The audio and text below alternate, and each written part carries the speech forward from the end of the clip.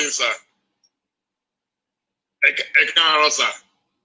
Good to see. Always a pleasure to see you, sir. Ekaro, sir. Thank you so much for joining us. Thank you, sir. Just want to seek the permission of everyone in the house that we would like to adjust the program briefly just to be able to accommodate the keynote address by Bishop Matthew Asan Kuka, who will be catching a flight very shortly. So please, we would have that keynote address and then we can revert to our original order. Thank you, sir. Thank you, Matt.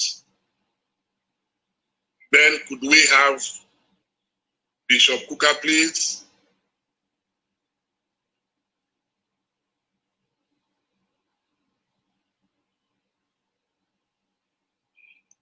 Good morning, Bishop. Good morning, Dele. How are you? I'm doing very well, sir. It's good to see you in peace. Good to see you, sir. Thank you. I've been trying to reach you, but please, I want you to know that I'm your senior in Oxford. Congratulations. Oh, thank you, sir. Thank you, sir. Thank you so much. I will definitely, reach out to you, sir, after the conference. Thank you. I really want to thank you for indulging me. I thank Dr. Patutomi because I raised this issue with him. I have a 12:15 flight to catch, and I'm actually sitting in the office of the manager of the airline at the airport. So let me, first of all, thank all of you for putting this magnificent event together. For a country that has been averse to history, we actually need to gallop up and increase our speed just to be able to catch up with some of the essential aspects of history. So this is a very, very important event. And I thank you for graciously inviting me, but I also thank you for giving me an opportunity. So what I need to do is, I may sound a little bit philosophical in terms of just asking a few questions as opposed to making a speech about some of the assumptions that we may have when we talk about a concept like never again. Because even for us to say never again, there must be an agreement about what the issues are. And I speak as a Catholic. Now, as Catholics, if you go to confession and you confess your sins, the priest will listen to you, caution, give you, admonish you here and there, but then he will ask you to make an act of contrition. And the act of contrition goes something like this. He said, oh my God, you will say, I'm heartily sorry for the sins for having offended you. I detest my sins most sincerely because they displease you, my God, who are so deserving of all my love for thy infinite goodness and most amiable perfection. I firmly propose by the grace, by your grace, never to offend you again. I make the point because when we are talking about, when we say never, never, never again, there has to be some kind of agreement as to our understanding of the issues, and that we have been remiss in. So when we ask the question, for example, it comes down to what do we remember as Nigerians and how do we remember this issue?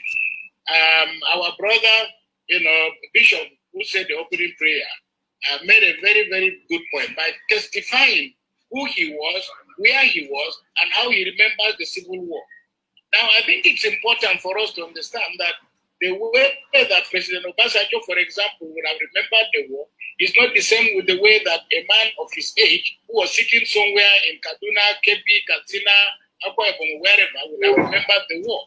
The way the soldiers remember the war cannot be the same with the way, those of us who are not soldiers remember the war. So the way the victims understood the war cannot be the same with the way that we all understand the war. So I think it's important that we all understand, for example, who remembers what, why do people want to remember. There are many who would say, as we always say in Nigeria, forgive and forget. And amnesia is very appealing to many of us because it helps us to forget the problem. But amnesia is more or less like getting drunk and going to sleep. You still wake up with a hangover. So the critical question, and I think why this is important, is for us to come to a point in which we can say never again. We must, as we say in the Catholic Church, acknowledge, understand the gravity of our sins, understand the consequences of our sins, and we are seeking forgiveness from God because we resolve that having realized the grievousness of what we have done, we will never do it again. But we always say we will never do it again by the grace of God. That is why we ask for blessing, because mere commitments are not enough. So we might say never again, only to find ourselves, unfortunately, sadly, falling back in the same pit again. Now, I think it's important. The second point I want to make is we need a coherent narration and understanding of the events, that have been part of Nigeria's history. And of course, this is not a time to go back to the history of the Civil War. But what is very clear to everybody is that those who won the war, those who lost the war, and General Gowon's gracious statement that there were no winners and no vanquished, which was an unprecedented statement in a time of war in which a clear victor had emerged. Now, the graciousness of the military laid the foundation for us to begin a process and a program of rebuilding our nation. Unfortunately, tragically and sadly so, somehow things went wrong. Today, those who fought the war have met a lot of people who are full of regret. I'm told of a general who is of blessed memory now, but who said, look, were the Civil War to occur again, he would be fighting on the other side. Now, there is a lot of resentment and a lot of anxiety and a lot of frustration and the feeling that, we have not learned any lessons. Years after the war, 51 years after the war, we are still hearing of the kind of agitations that ordinarily, with good governance, with honesty, with commitment, with devotion, with dedication, with focus, and with the right leadership, we should have put a lot of all these anxieties behind us. Unfortunately, these anxieties are still with us. To the credit of General Obasanjo and to my gratitude to the government of Nigeria under him, I had the honor and the privilege of serving as a member of the Oputa panel. For me, it was the best university I ever attended, the best school I would have ever hoped to attend, because I was able to hear stories, even though they were just snapshots, but one was able to hear stories from the length and breadth of Nigeria in a way, a manner that was largely unprecedented.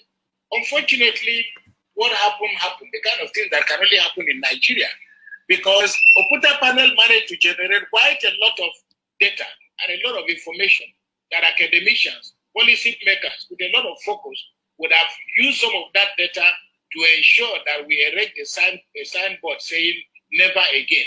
Because it gave us an opportunity, a mirror to look at ourselves. We had from those who fought in Biafra, we had from all sides of the country, we had from those who were the winners, we had from those who were the losers, we had from those who were actors, we had from those who were spectators, those who were victims, and so on. So I make the point that part of our problem in Nigeria is not articulating the issues, but we really don't have the mental toughness and the discipline to follow through with some of these diagnostic initiatives. So I make the point because, unfortunately for us, we've not been able to forgive ourselves as a people.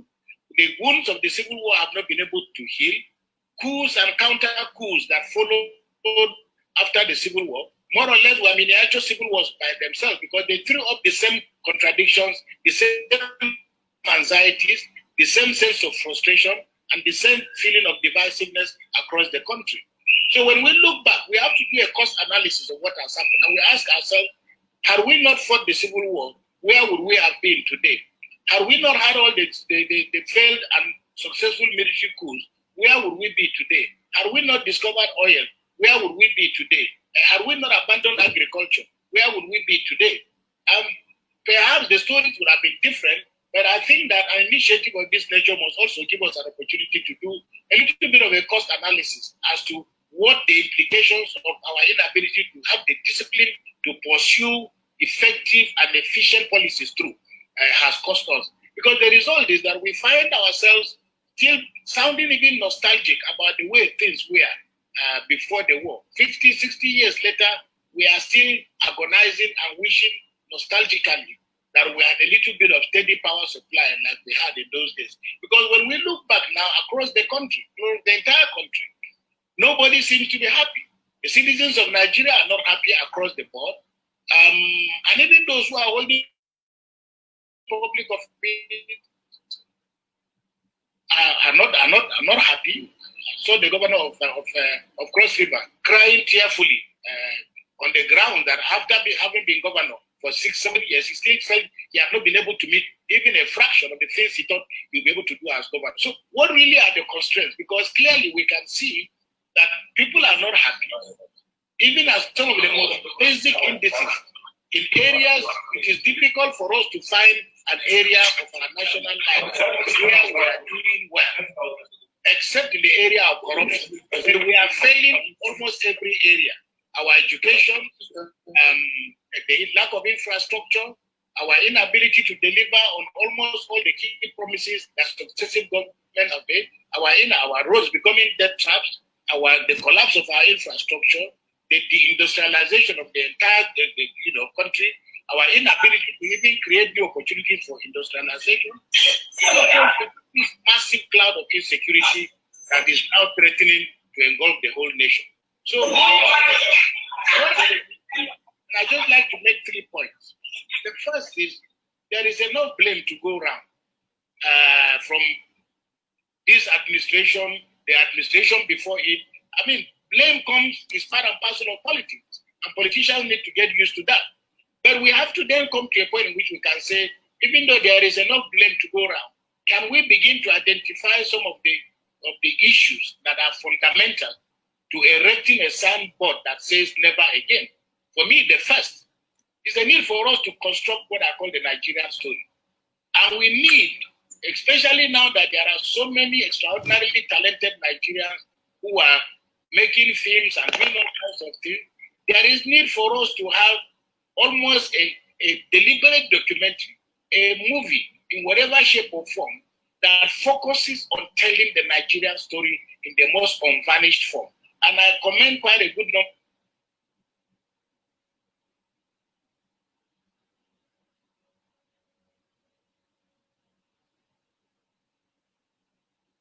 Was I muted?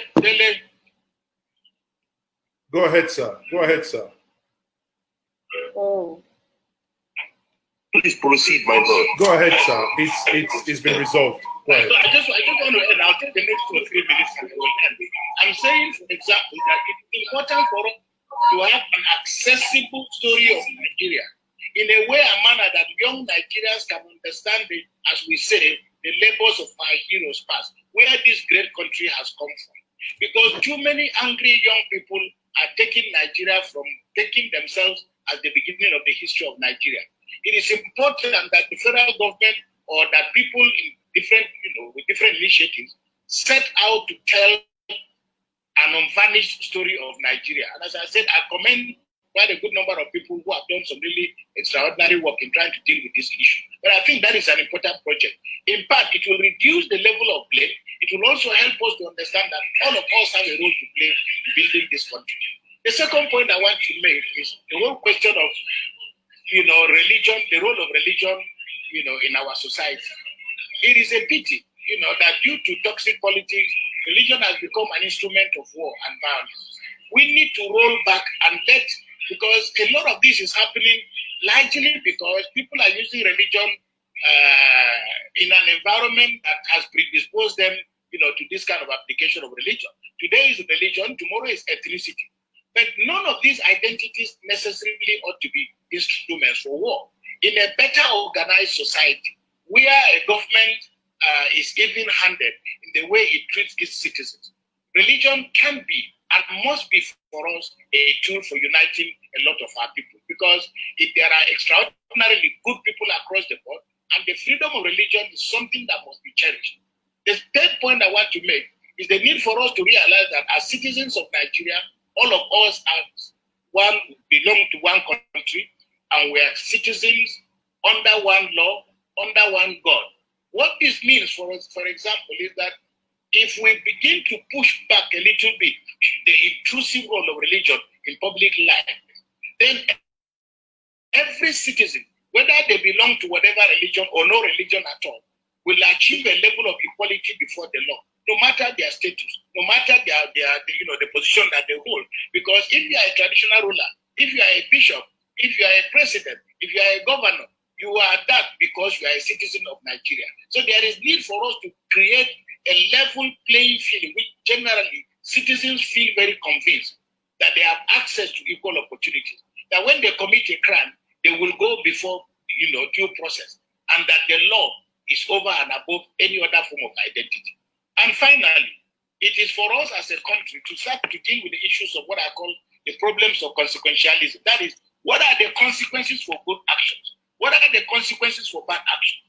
These, for me, are issues that are very important because we have relativized, we have created a culture in which most things that are criminal are relative.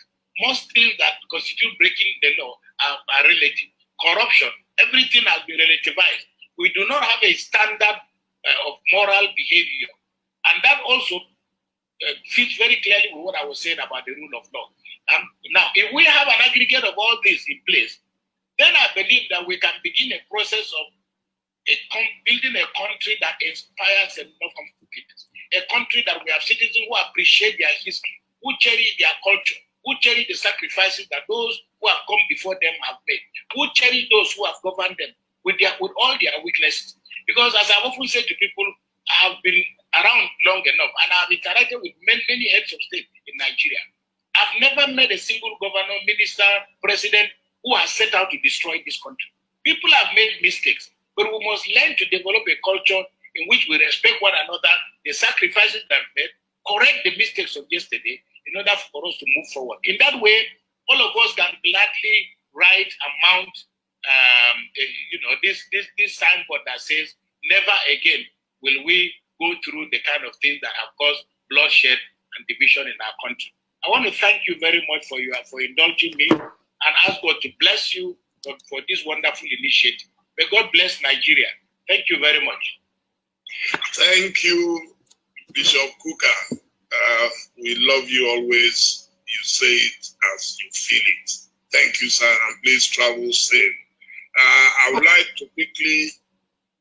yes, Bishop? Yes. Oh, so please travel safe, sir. Thank you. I will still hang around because I'm in the manager's office, so I'll still listen. Okay, so whenever the flight is ready, when the plane is ready, I have my body back. Thank you. I will hang around. Okay, Bishop. Thank you, sir.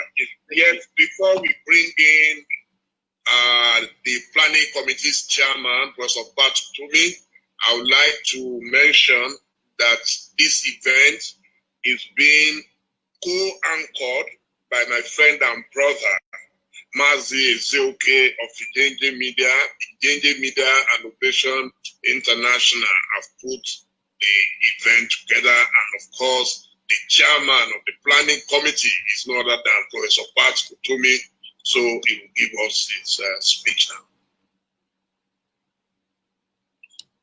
Good morning, Mazi. Thank you. Good morning, sorry. We can't hear you. Sorry, good morning, my brother Dele. Thank you very much for that introduction.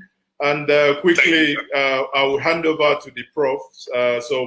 Prof, over to you. Thank you very much, Dele. I hope everyone is keeping safe. I have my face mask. I am an apostle. Everybody, please, wherever you go, ensure you keep safe. Thank you. Thank you. Yes, now on to Professor Pat Tumi. No audio. Can you unmute Professor Pat? No audio. Okay. Am I audible now?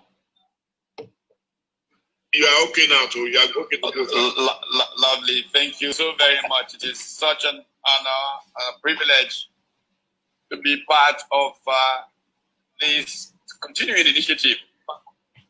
I'd like to say that this initiative started last year with the remarkable work of advocacy in trying to bring a better understanding of the civil war and its aftermath to the Nigerian people in a way that it will become a source of energy for building a new nation.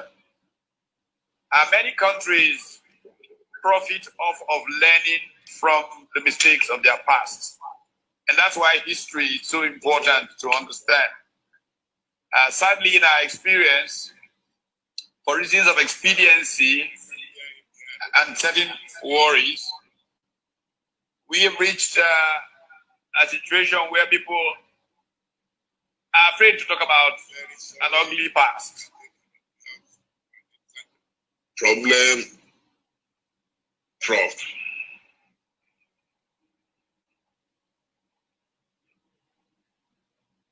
Can you hear me? Wow. Now you are back. Now you are back. All right. I was just saying that this initiative started last year as we reflected on 50 years since the civil war that we tried to make disappear. But we know that if people learn enough from errors of yesterday, they can in fact make a lot more progress than they are currently making, because they will rid themselves of the burdens that create mistrust. One of the biggest challenges in nation building is the challenge of what kinds of levels of trust deficit exists. We know that there is in fact an index around this in the world. We know that in countries like Denmark and perhaps Finland, that there is a high trust situation.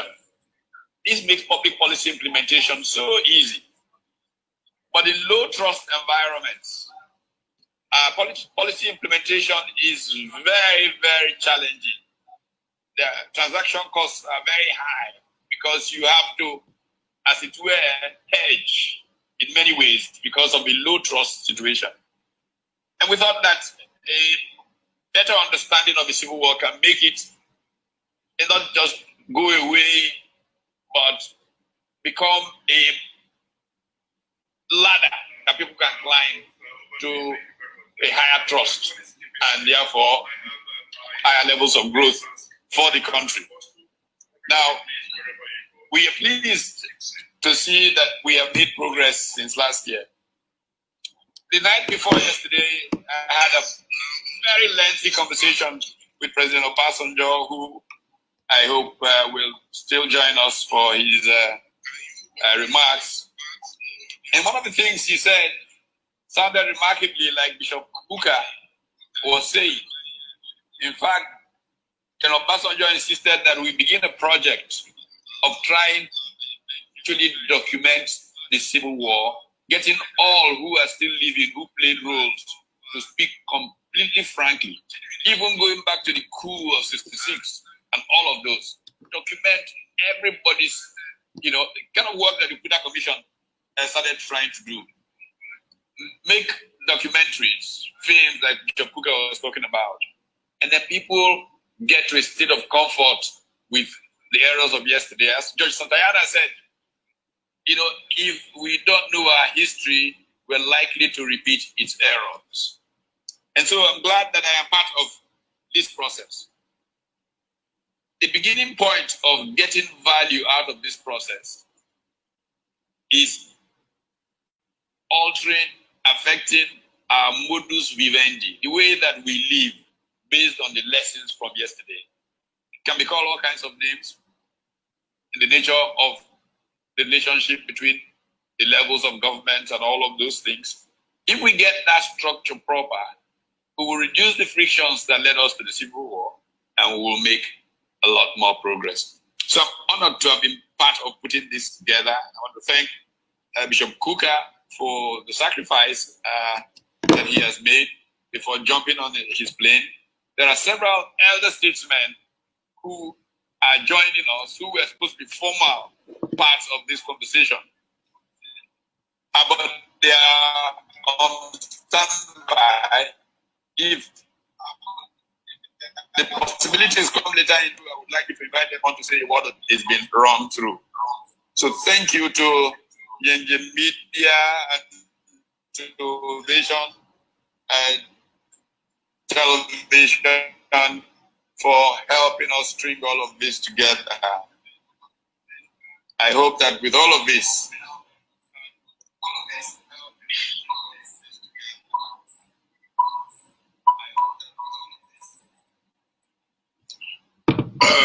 we have an audio issue, Prof. And your camera, we also can't see the flow of the room. And your camera. Oh, okay. I thought there was another camera following me, so I did use my own direct camera because there's another camera in front of me here. Okay, maybe the camera but elsewhere. Okay. But I hope the gist of my welcome is captured.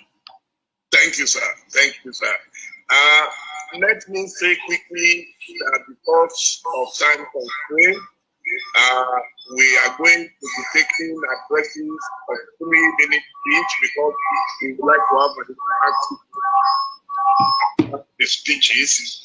And without much ado, we would like to quickly call on our chairman, our Baba, the living legend, Adebanjo, to please address this gathering. Thank you, Baba. Thank you, sir.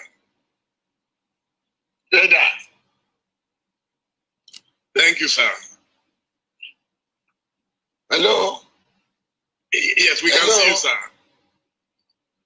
Baba, we can see you, sir. Yes, sir. We can hear you, sir. Can you hear me? Oh, yes, sir. Beautiful. Thank you, sir. Nice to see and hear you, Ovation. Thank you, sir. I've always said to see you, but you have refused to see me. No, I've told several times, sir. There's a lot to do. This weekend, I will come, sir. Thank you, sir. There's a lot to discuss. Yes, well, sir. I said I should thank the organizers of this program. I know they are all patriots of no mean order. And the purpose for which they set out is a very noble one. And as Kuka said, we have to know our past to be able to correct what mistakes we have made. And I'm happy that we invited people who were present or who took part in the mistake of the past. So when we make a suggestion, they can understand that we know what we are talking about. I'm happy to be here, and I hope whatever we discuss here will be a lesson for our people and for implementation rather than talking rhetoric. What I believe is that there is no mistaken belief or mistaken idea about what our mistakes were. It is the courage to correct them. That is what we lack. People make all sorts of analysis. This is what caused this, this is what caused that. This is what we should do. But how do we do it? Invariably, they do it in the negative. That's the summary of the thing. For Pastor we said that well, maybe if we go back to where we started, before the trouble came, we get peace. That's the bottom line. The bottom line is to go back to where we had peace until the trouble started. What caused the trouble? And as Kuka said in his speech, if we want to avoid the past, we must avoid the mistake of the past. The mistake of the past is that we are putting wrong pen in right hole. We deny people their rights. We say we are one and we discriminate against each other. So that's what I think you get rid of. And be honest with our analysis. Even those who claim sometimes to criticize or tell the government, they talk under their tongue. Afraid to hit the nail on the head. We can thank God for people like Bishop Kuka. And I pray that he should live long, because people like myself, we have now a very short time to live. People from that part of the country saying it as it is. And I hope those who are listening will listen well with good intention. Let us stop paying this service to one Nigeria.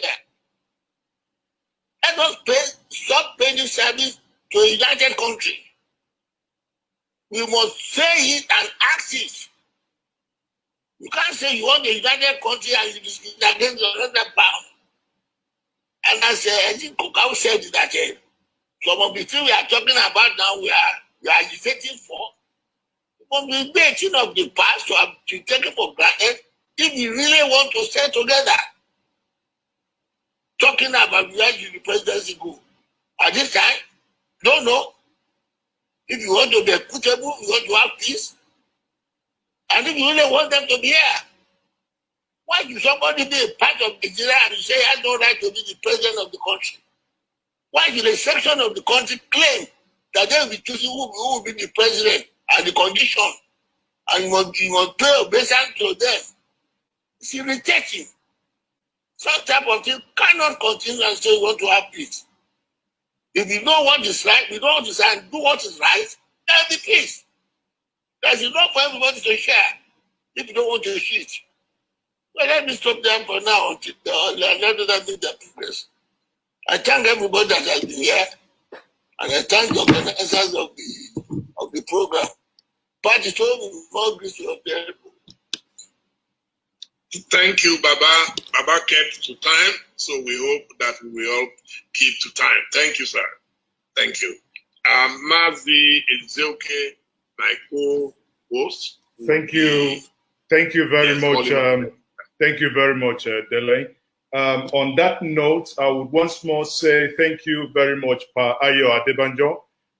Every time that we call upon you and you come, and every time you drop it as it is, you know, one of the few elders still alive that today you are a joy to our generation to listen to. On that note, I will bring another person in the person of Chief Mbazuluike Amaechi. I am aware that he is in the house. Chief Mbazuluike Amaechi, please, can we spotlight him? Yes, he is another living legend, and it is an honor. Nayuku, I welcome you. Asingi, no. Udo derege Nayuku.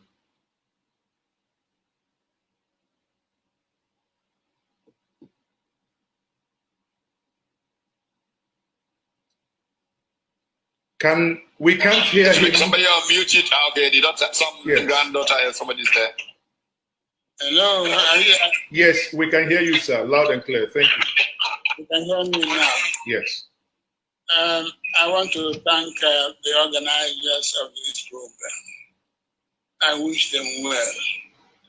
I happen to be the only surviving founding father of this country alive, at this administrative level. I'm the only minister of the First Republic still alive. I'm sad. I don't know where to start. I don't know what to say.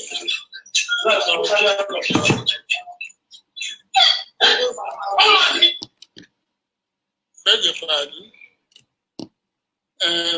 What I've seen today is no longer the country we founded. We got a constitution from the British government that named us Federation of Nigeria. But we thought that was a constitution put into effect by a law made in British Parliament, by British government. And so in 1961, we, in the government of the Federation, appointed a body to draw up a constitution for Nigeria. And in 1962, this constitution came into effect after plebiscite and passing through the Parliament. Beg your pardon? Go ahead, sir. Go ahead, sir. And so we became the Federal Republic of Nigeria, no longer the Federation of Nigeria, where the head of state was a mere representative of the Queen of England. Now, since then, Nigeria has never had a constitution that is of their own making. In 1979, the military government appointed the Rotimi Williams Committee. It wrote a constitution, a draft constitution, brought it out, put it to parliament, and then the military took there was no parliament. The military took the constitution, removed what they did not like, and pronounced it as the constitution of the people of Nigeria. The Supreme Military Council, made up of about 11 top soldiers who assumed power by treasonable action, cannot say that it is a constitution of the people of Nigeria. Again, in 1999, Abubakar set up a Constituent Assembly. The Constituent Assembly wrote up the draft constitution, brought it out to the country. The military took it again, removed what they did not like, and promulgated it as a military decree, a decree of the Supreme Military Council, and called it a constitution of the people of Nigeria. It is not a constitution of the people of Nigeria. It is a constitution of the Supreme Military Council made up of top soldiers from a particular region of the country. So there's no point deceiving ourselves. If we want to stop the thing, the Nigerian people must come together and write a constitution that will be people's constitution, put it to plebiscite, put it to the public to decide what they want. I happen to come from the part of the country that was conquered in the Civil War. I happen to have fought Nigeria as a united party. I belong to the political party that believed in religiously in a united Nigeria. That was why the premier of the Eastern region, that was the people of the Eastern region then, headed by Askiwa as premier, elected a Hausa man, a Fulani man, as the mayor of Enugu, the capital of the Eastern region. We appointed Madam Umaru Yushal as a member of the Eastern House of Chiefs. We believed in one Nigeria. There's no part of this country that you go and you don't find an Igbo man having a business there. People don't have, the strangers don't have business in Nigeria. I want anybody to show me anywhere in Igbo land where there's a non-Igbo man establishing factory. But we're doing that. Yet we are. So where do you want me to go? I don't know. This country has to start all over again. And we're not going to be happy in the country. If you don't want us in this country, let us go. You can't beat a child and stop the child from crying. You can't beat the Igbos in this country and stop the Igbos from crying. You treat the Igbos as you don't want them, and yet when they say they want to go, you don't want them to go. I don't want to go. I believe in one Nigeria. There is advantage in greatness. I'm part of one Nigeria. I sacrificed for one Nigeria. At the age of 23, I went to prison for this country. And so I believe that Nigeria must be one. But Nigeria has to be ruled as a federation. And the people of Nigeria must come together and give themselves a constitution by the people of Nigeria, and not a constitution military council made up of 11 soldiers. Thank you very much.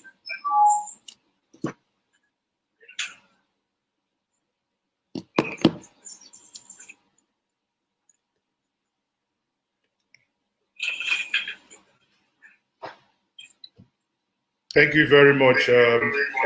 Thank you very much, Nayugu, and thank you for that stating it the way it is. You know, it's one of those things where you've said it and it is very clear. Anyone who is fair-minded, like Pa Ayo Adebanjo said before, that there are certain things that ought to be done if we want equity and fairness to be the watchword. On that note, I would bring back my good brother and Dele Mamudu, again, the chairman of Ovation International. Dele, over to you. Can we introduce the next speaker? You can unmute, Dele.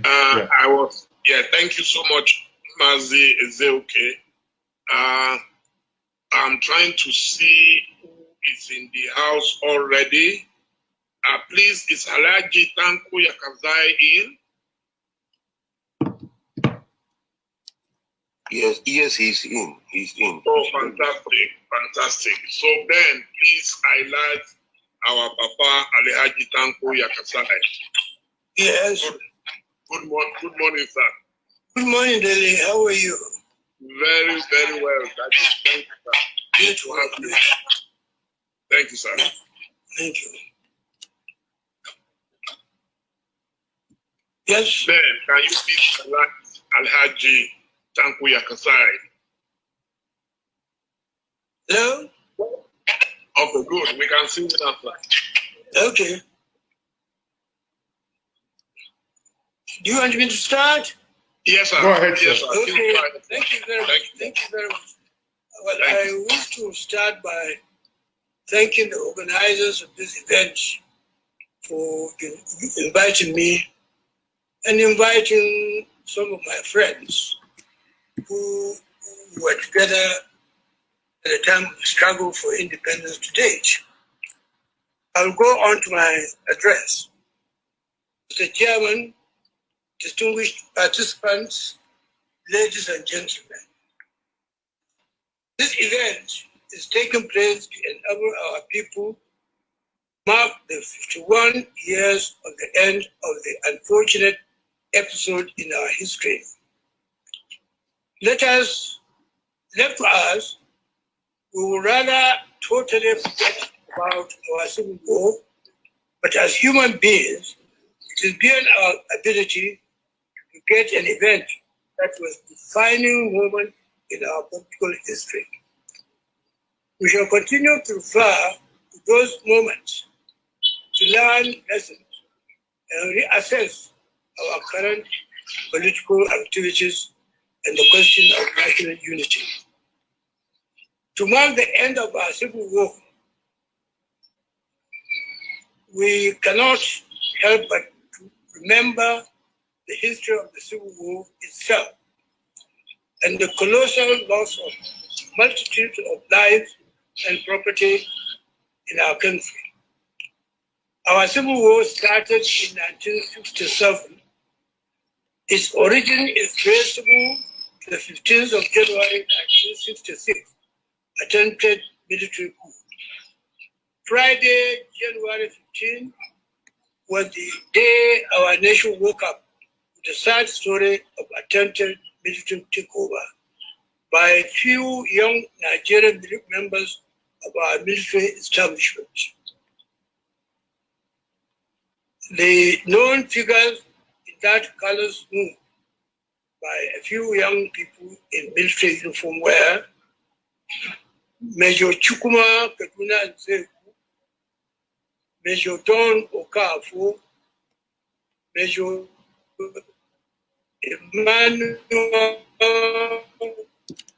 Vishina, Chris Alforo, Major Tim Omuewu, Major Humphrey Chukuka, Major Adewale Ademuyeko, Captain Emmanuel Nwobosi, Captain Ben Wuli, and Captain Ochi, all of the Nigerian Army. Out of 10, 10 out of 10 actors in that event were of Igbo in extraction, and one from the Yoruba ethnic group,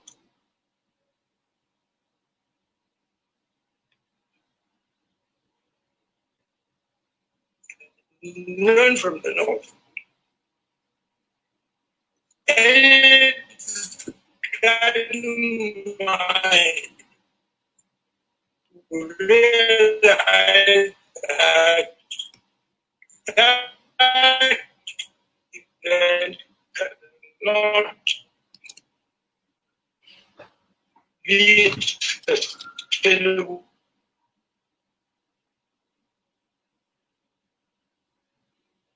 whom Prime Minister of Nigeria, and murdered one of his wives along with him. Those who abducted Sir Abubakar Tafawa Balewa also abducted the then Federal Minister of Finance, Chief Festus Okotie-Eboh, who was later murdered along with the Prime Minister Tafawa Balewa. Brigadier General Zakaria Malari was shot dead by a Virginia who was his brigade major, whom he stopped for a lift after escaping an attack on his house by the coup plotters. In that very fateful early morning, colleagues of those who abducted the Prime Minister also attacked the house of Chief S.N.A. Akintola, the Premier of Western Region, and murdered him. As if that was not enough, the insurgents rounded up leading Nigerian military officers, including the house of Brigadier General Zakaria Malari, Brigadier General Adebanjo, Colonel Yakubu Pam, Colonel Kur Mohammed, and other senior military officers, and executed them. All the murdered individuals were from different parts of the country except the then Eastern region. That was the story of that darkest day in our history. It was the event that opened the unfortunate chapter in our history, which leads to the series of events that brought about the civil war in Nigeria.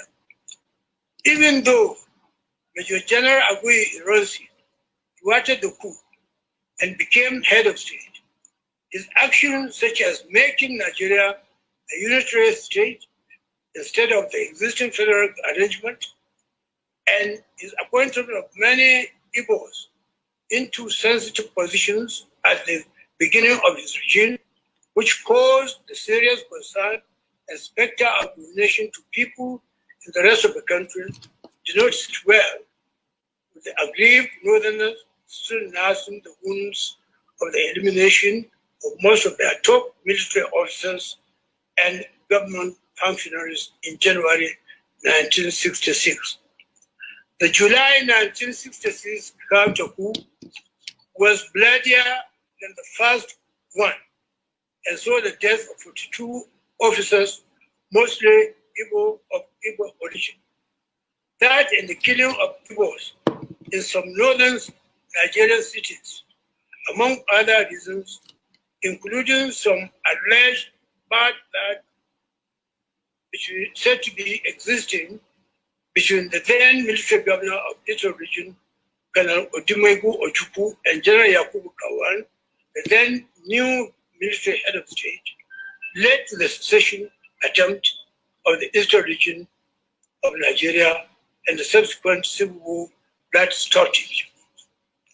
Recall that during the last constitutional conference before our independence, a motion was tabled for the conference to insert a clause in our constitution for any section of Nigeria to break away from the country. The motion was roundly rejected by the delegates, and the indivisibility of the Nigerian nation was enshrined in our constitution. Also recall that attempts were made mostly through the good offices of our leading figures and foreign friends to bring about peaceful resolution of the secession attempt, but such interventions were not successful. The result was the move by the then federal military government under the leadership of General Yakubu Gowon to embark on what was called police action to sustain the unity of the country, which resulted in 3 years of civil war to keep Nigeria on. As soon as the civil war was over, the federal military government introduced what it called 3 R's program. The 3 R's program meant reconciliation, rehabilitation, reintegration program. While some measures of success were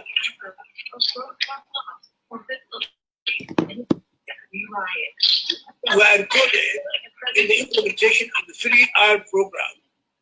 Due to human factors, some of the aspects of the program were not achieved speedily. But it is gratifying to note that our country has since achieved tremendous success in healing the wounds of the Civil War, and Nigerians are now living with one another in peace and harmony. People regarded as the main protagonists of that time, especially the Igbos, the Northerners, are now living with one another as best of friends. There are many Northerners living in different parts of Igbo land today, while there are Igbos are found in every nook and cranny of Nigeria, particularly in places like Lagos, which is the foremost hub of economic activity in our country, and in the north, forming the largest number of non-indigenous inhabitants in the Federal Capital Territory, Abuja, which is located in northern Nigeria. Despite this level of post-war progress, several burning political issues remain to haunt our political landscape. These include: one, continuous call for a review of the 1999 Constitution and the need to restructure Nigeria. Two, insecurity in different parts of the country arising from militant invasion and terrorist activities in the country. Three, the current secessionist movement with the state of Biafra under the umbrella of IPOB over 50 years after the Civil War was over. And four, the mistrust among major sub-regional groups which remain a threat to democratic process in our country. Lastly, we'll need to learn lessons from the Civil War 51 years ago and address squarely the fractional tendencies in the country today. Unity, peace, trade, justice, democracy, and development must be made to work for Nigeria to keep it one and stronger. We should tackle the issue by deliberately skewing our next development plan and constitution to contain integration strategy as one of the major features of the plan. I thank you very much for your time, and I wish you the best on that. Thank you. Thank you. Thank you very much, Elder Tanko Yakasai. And you have taken your time to rail out, the histories that, as I would say respectfully, being understood and as was lived during your time. Now, we will be bringing other guests. However, there are some points that you raised that I would gladly want those who are also aware and who were around during the time, because what this event here today being organized by Nzuko Omunna, an Igbo think tank, and being supported by Njenge Media TV and Ovation International, is to bring the narrative to the fore, where we can, as Professor said before at the beginning, and Reverend Bishop Cooker also noted, that we will get to the point that we can build something together. As the team said, never again. Never again that can things that had happened in the past happen before. On that note, I would say, if we have Elder Emma Elazu, if he's here, he can speak, and I would beg him if he can touch on some of the points as contained in the speech of Elder Pa Tanko Yakasai. Elder Uma Elazu, is he here? Back office, can you please spotlight him? And he can take over the podium. Back office, do we have Elder here? Yes, he's here. Okay, please. Oh, okay, yes. Nayuku, thank you very much once more for meeting us again. Udodrege, can you please now take the podium? Thank you, sir, for joining us this morning stroke afternoon.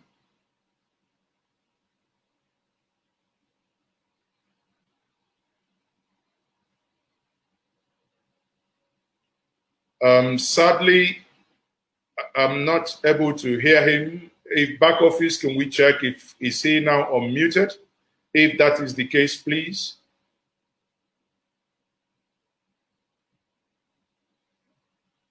Sadly, I can still not hear him.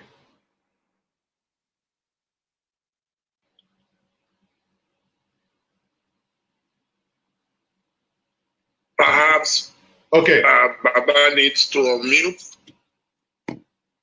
I think he's unmuted. Maybe I don't know if it's connected via the internet. Now you could try once more. If not, you might need to log out and come back. Try once more.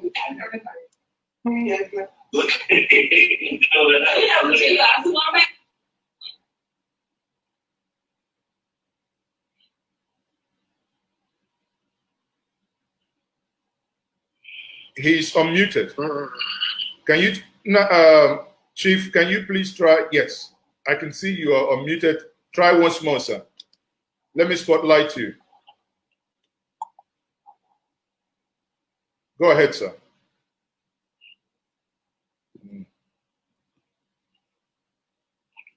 Not working out.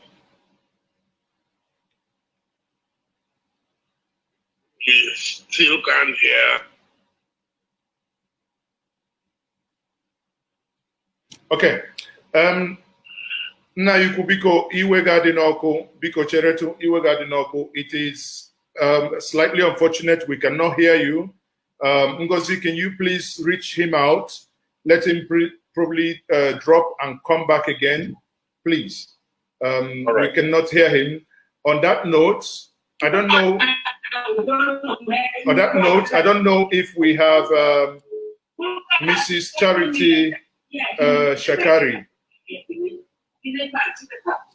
While we wait to get Chief Uma Elazu, can we have Mrs. Charity Shakari? Is she here amongst us to make a brief intervention, please? Yes, she's having a network difficulty. She's logging in. Maybe you can go to. Okay. She's logging in. Can we, Mazi? Yes, Dele, go ahead. Okay, is Ambassador God knows Sigali in the house, please?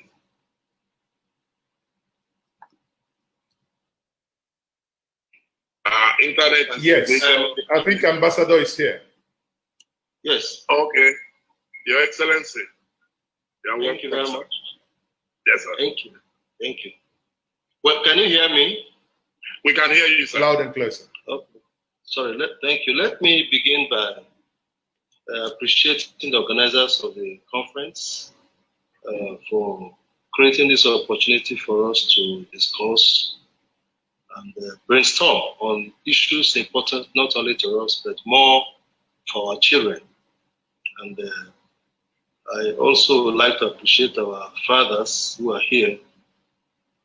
I'm happy to job again. We are part of a struggle. It's one of the leaders of Southern Nigeria, Middle Belt, and we've been in active discussion with the Northern Elders Forum, is the co-leader.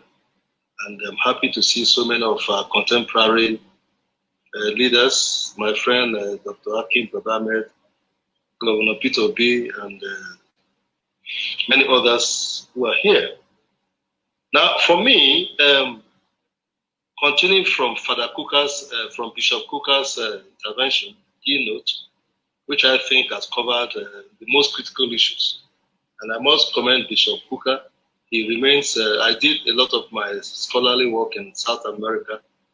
And I know that the change that came to South America came mostly from the clergy. We call them liberation theologists, and Father Bishop Kuka has continued to play that role, being the conscience of the country and speaking what many of the ordinary people are not able to speak. But I think he has made a critical fact that meant what the war, who may not know, but those of us who are from the South were as much victims as the people from the Southeast. And like Professor J.P. Clark aptly put it, we're all casualties, both the winners and the other side. But we also found ourselves in Biafra.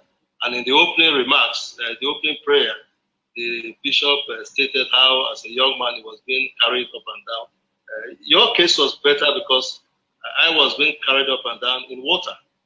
I remember twice overnight I slept in water all night because of the fact that troops were coming, clashing with each other. So we're all casualties. Now, going forward on this particular discussion, I think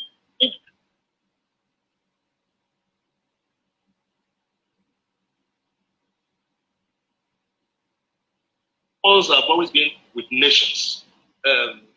Nations, human societies, people have always tended to express themselves in terms of having strong views, which sometimes end in conflict. So we have seen civil wars as part of human history.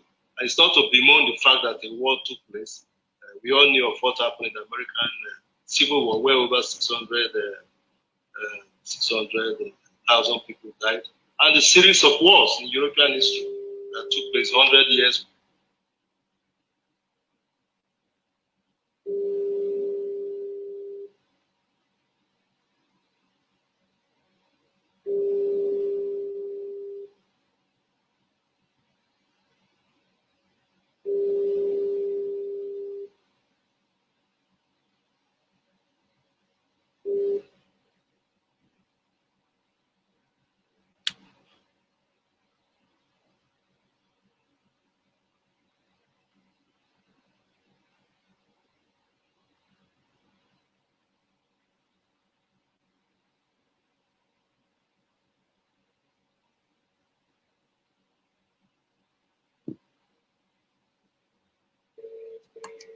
The proclivity towards wars.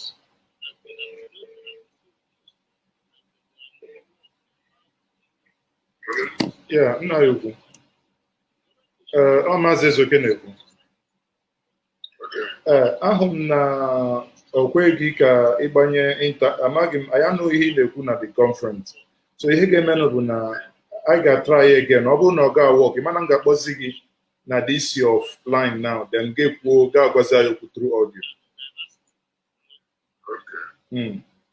Mana Can it be sent to my mail? I've been looking for it. Mail. Because man, Ibata at the meeting now, Ibata, and we saw your face, but we couldn't hear you. Okay. But I'm just thinking, as an alternative, Kama Oga Emeha, then you can speak to us through this, yeah? Well, thank you.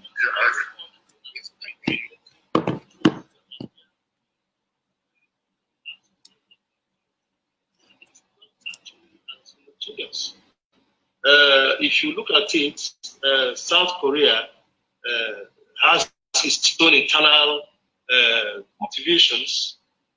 Even Somalia, there are clans and so on.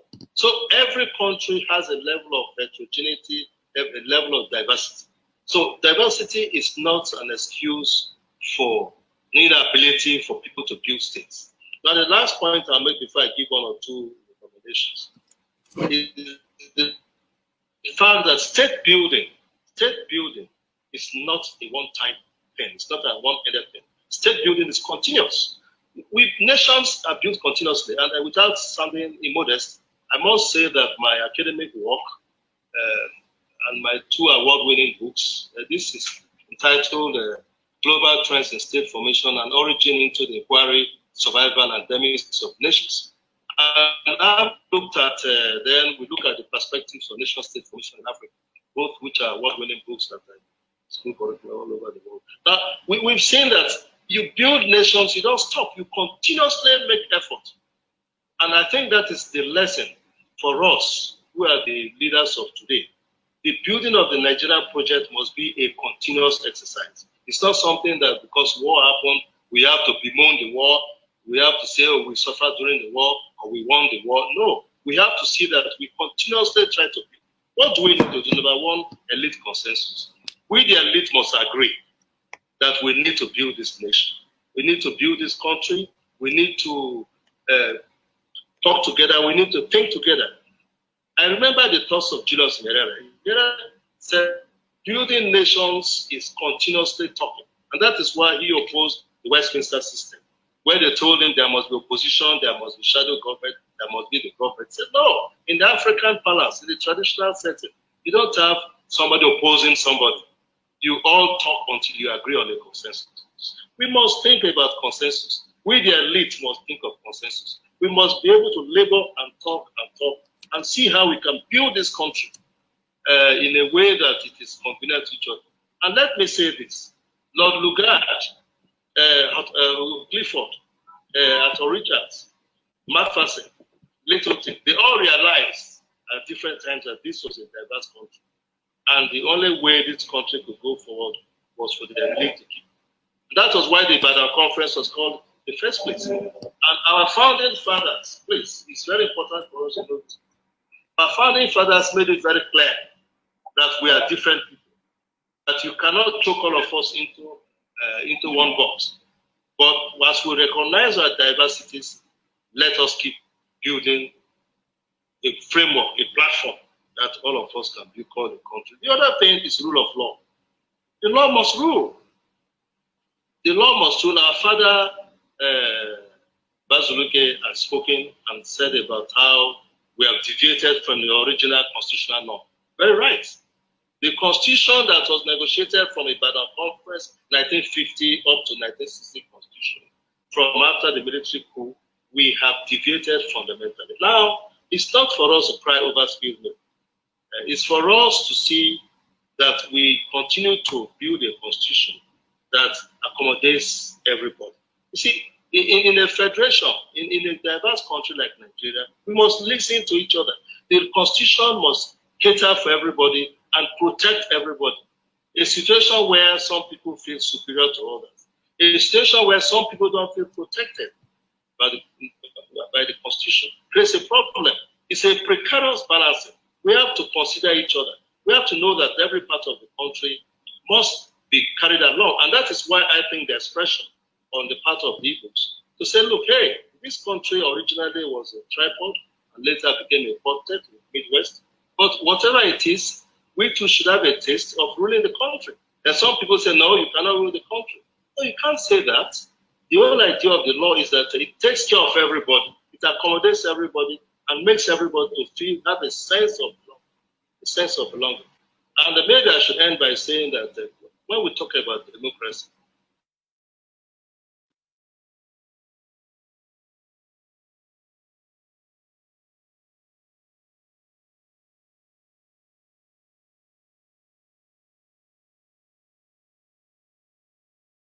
bread. You cannot say that because this is how democracy is done in other countries. No, it must be homebred. It must be a democracy that works for us. We give the Swiss example. We give the Canadian example. We give the examples. And we must always fashion out what is best for us as a country. And that is why when some people talk about restructuring, constitutional amendment, we must be open to these ideas of how we can build this country. The American Constitution itself, since 1787, when the first Constitution came in, but there have been 27 major amendments. Each of the 27 amendments is almost like it alters certain fundamental things. The French Constitution from 1958 has gone through 24 amendments. If you go to places like India, Indian Constitution from 1950 has gone through 104 major amendments. Each of them is like a major amendment that has tried to accommodate everybody.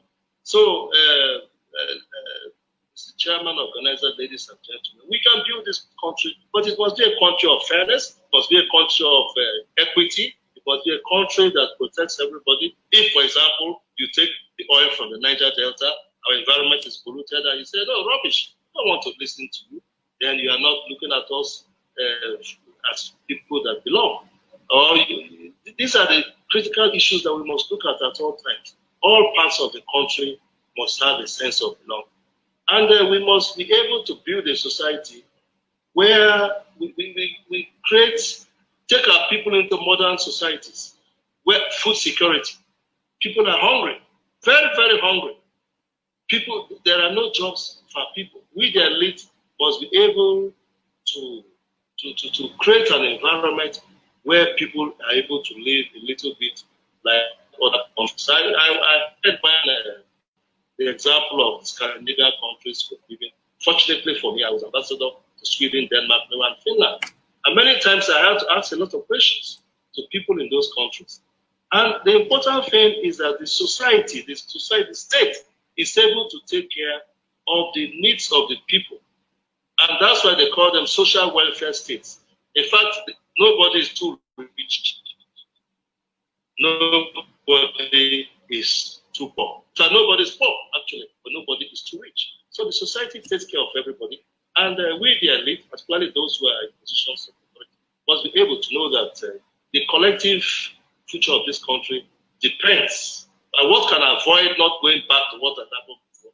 It's for us to build a society where people are able to sleep at the end of the day, haven't eaten, and at the end of the day, feeling that this society takes care of me, this society protects me. No Nigerian is superior to me. I go for a job, and based on certain criteria, I'm able to take the job, not because of the fact that somebody feels superior to me. Ladies and gentlemen, I think there will be more opportunity for us to talk, and perhaps I should stop at this point and be able to make more interventions in the future. Thank you very much. Thank you, sir. Thank you very, very much. At this stage, we would like to bring on Mrs. Charity Shekari. Mrs. Charity, please, come on now. And let's emphasize that because of time constraints, we should keep our speeches to 3 minutes. Thank you.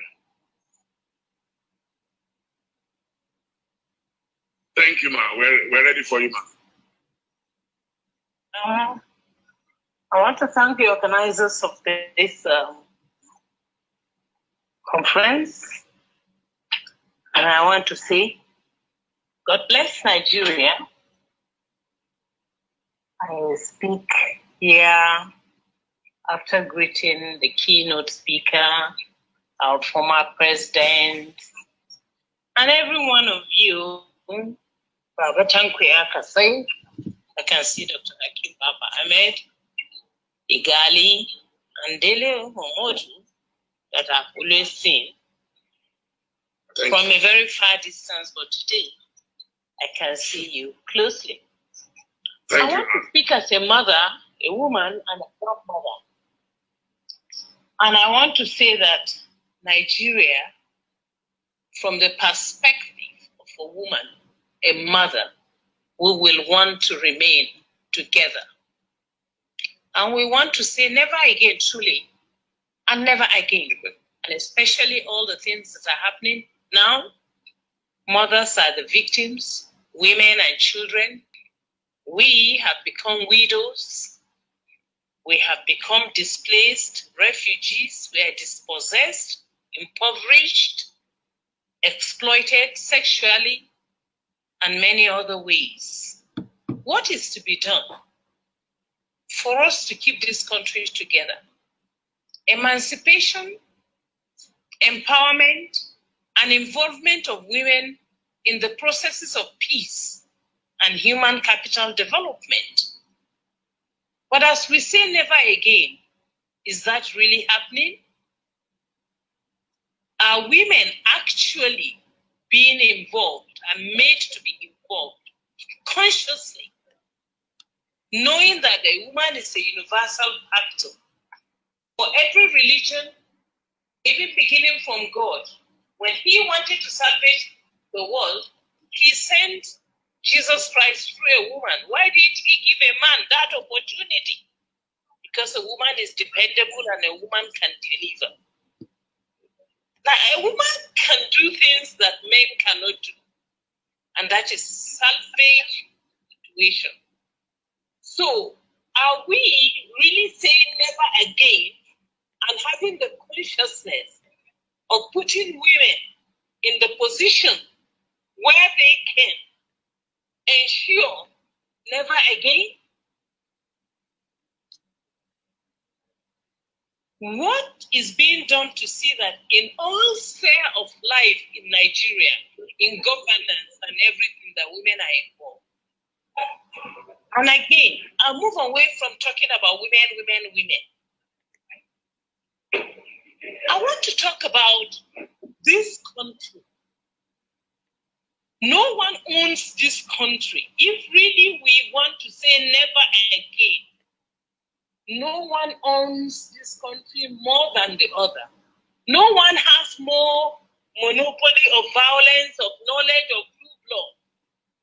Of when you want to go to look for something, you can't get it because you come from another part of the country. Or because you belong to another religion. Some people speak with arrogant voices, with the kind of speech that makes you wonder whether you have equity with them. If Nigeria is going to be one, our voices must be such that listen to the voice of reason and peace. Not to say, I don't want this country. Another one says, I own this country. Another one says, you come from this area. Or even the conflict we have in this country, some people want to give a different narrative of what it is. So if there's going to be never again must be observed, never again. But the conduct and the processes of arriving at never again need to be re-evaluated. Some people conduct themselves as if they are the ones who rule this country forever, and nobody should talk and nobody should say anything. Hey, this country belongs to all of us, and never again is truly going to be never again. And we want Nigeria, and we want Nigeria to remain. And we remain with the country, not with people, not with political parties or people that have institutionalized themselves and made themselves gods. Nigeria will survive, and we're going to survive emancipated and empowered. But never again must follow the due process of never again. Our constitution must be the people's constitution. People must begin to talk in a way that makes you know that you don't have the monopoly of violence or the monopoly of power or monopoly of knowledge or monopoly of deciding who stays in which part of the country or who takes which position. Nigeria never again will what Biafra put us through or whoever put us through. Nigeria never again. We want the history of what has happened to be given to our children. Let the children know what happened. What happened in Biafra? What happened in 1966? What happened?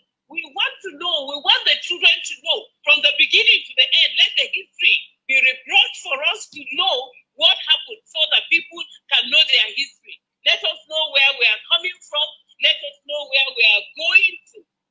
I guess I've spoken for more than 3 minutes, but I want to say never again. And if it is never again, it should be on equal platform. No one has monopoly of owning anything in this country. We are equal.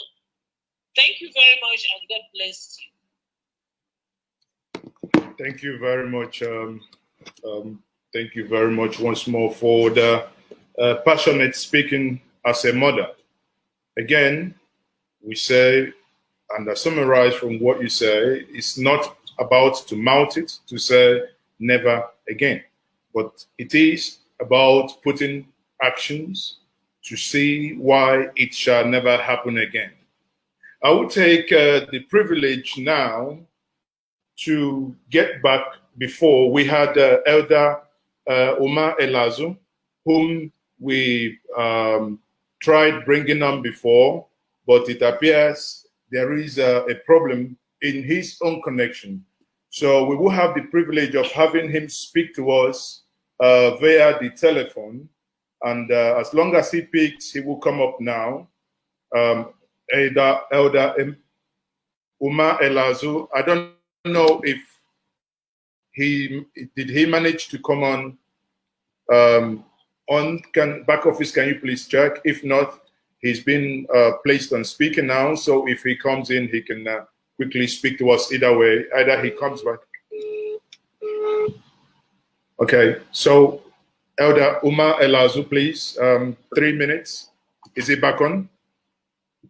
No, he's not back. You can proceed through the phone. He's not back. Okay, so yes, I'm trying to connect him now via the phone so that we can have him quickly speak to us and make his intervention.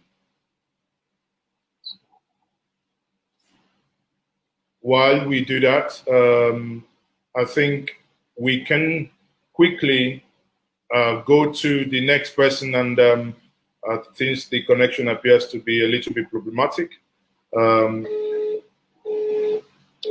I think the line is somewhat busy, but it's fine.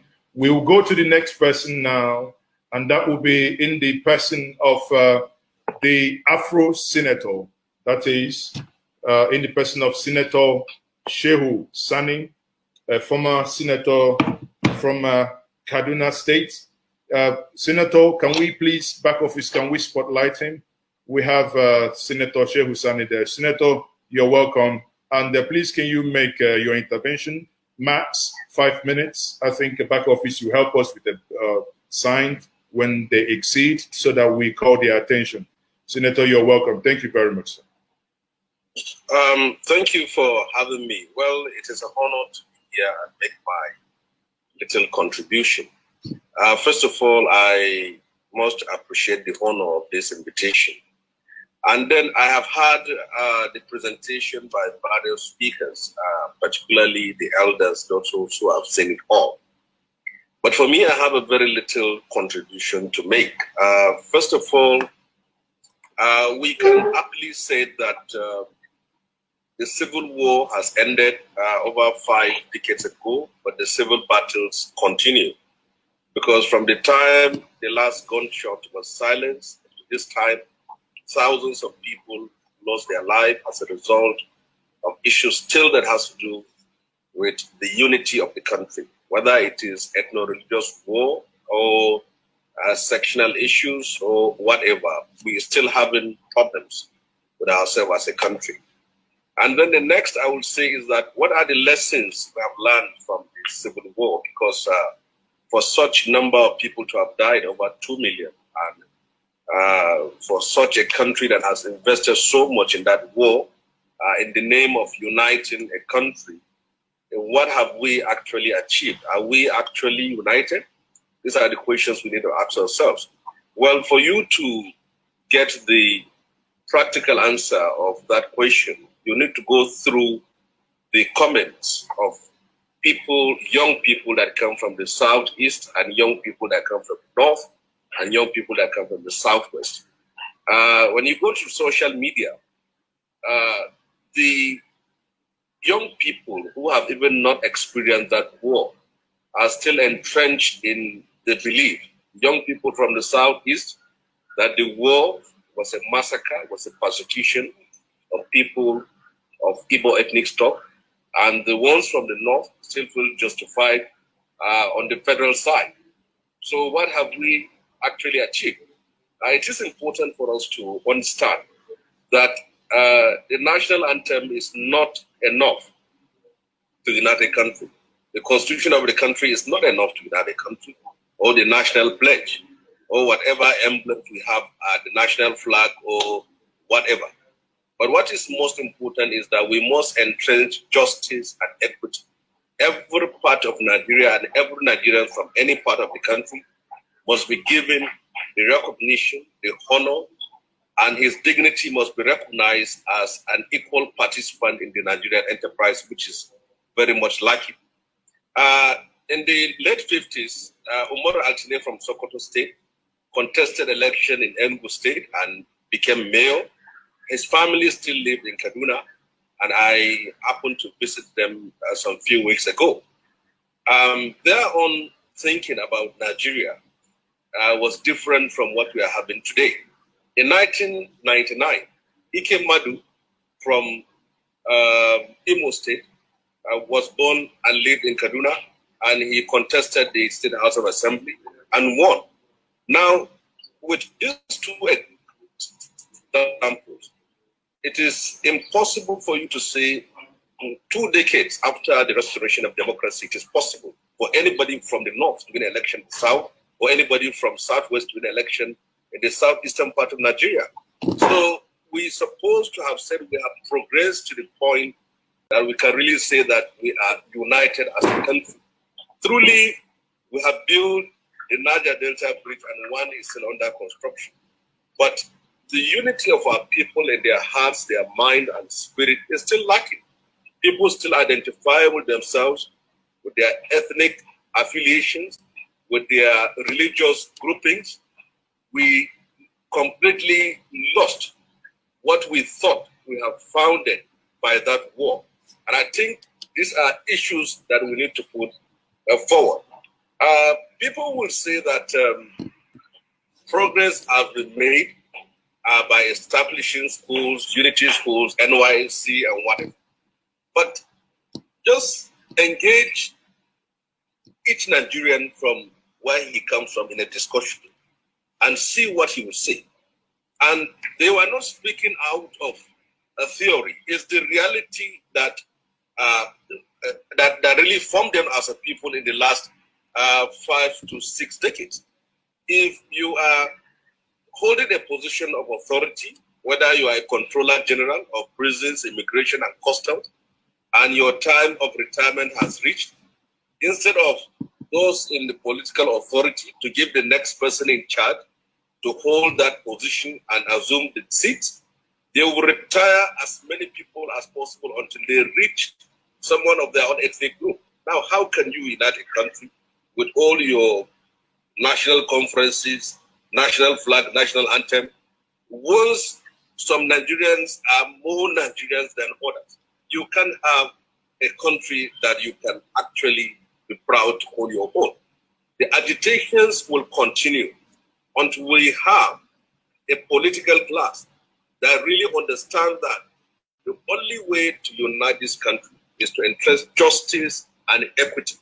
And you cannot do that until you make sure every Nigerian is fully convinced, or majority of Nigerians fully convinced, that his birthplace, where he comes from, will not be a hindrance or impediment for him to achieving anything in life. So I believe that a conference like this should continue and should bring in more people whose contribution will assist us in where we dream to be. Thank you very much for the opportunity. Thank you very much, Honorable, that is Senator Shehu Sani. Thank you very much once more. As your colleague, or your former colleague would always say, you speak the truth, you die. You don't speak the truth, you also die. And I say thank you very much for staying with the truth this afternoon.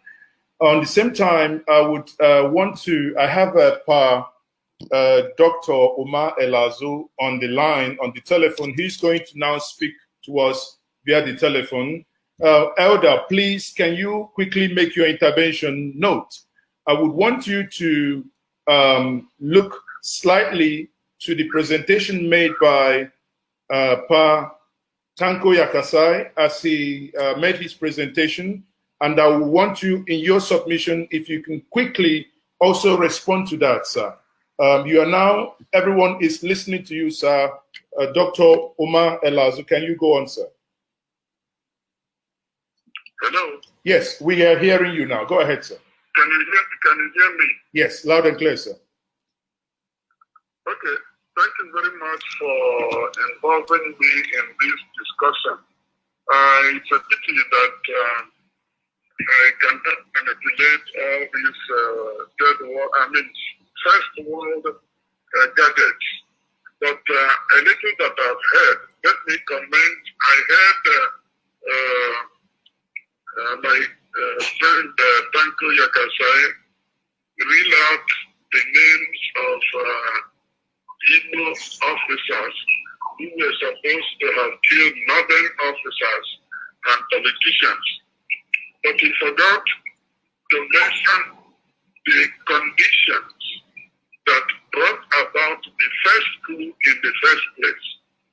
Because when you come to equity, as the lawyer said, you come with clean hands.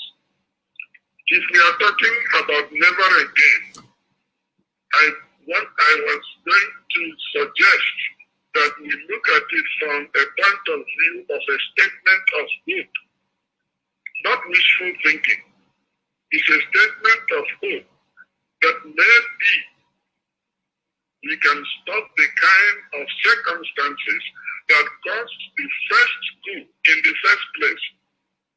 I believe that Tanko Yakasai is as old as I am. He should know that the problem started even from the census. From the census issue, we moved to the issues in the Western region. We moved to the issues that sent Kifawulo was to prison. We moved to the issues that caused Akintola, to take over the Western region. All those things, and the Western region election, which was the gap that made the young men of January 15, 1966 to do what they did. And if you read their speech, you will know that they were Nigerians and they wanted to make Nigeria proud. Even if it is all Igbo people who did it, which is not true. Those young men, in my view, were the real Nigerians who wanted Nigeria to stand proudly among other nations. Agreed that in the process they did not succeed. But who stopped them? It was an evil man drowning other people. So when we tell how it will not help us in solving the problem of never again. Having said that, let me just say a few things. I believe Nigeria can be a great nation, but it cannot be a great nation if we keep on lying to ourselves, or if we keep on hiding our history. We have to write history in such a way we face the facts. If we want to say who killed who, then I read Adebanjo's book, I've forgotten which one. And he mentioned, he himself knew about the coup.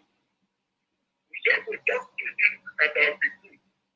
What did he do? And there were many others like that. If I knew they were going to do this, I can get the list of the officers who participated in the census. But let us put all that aside.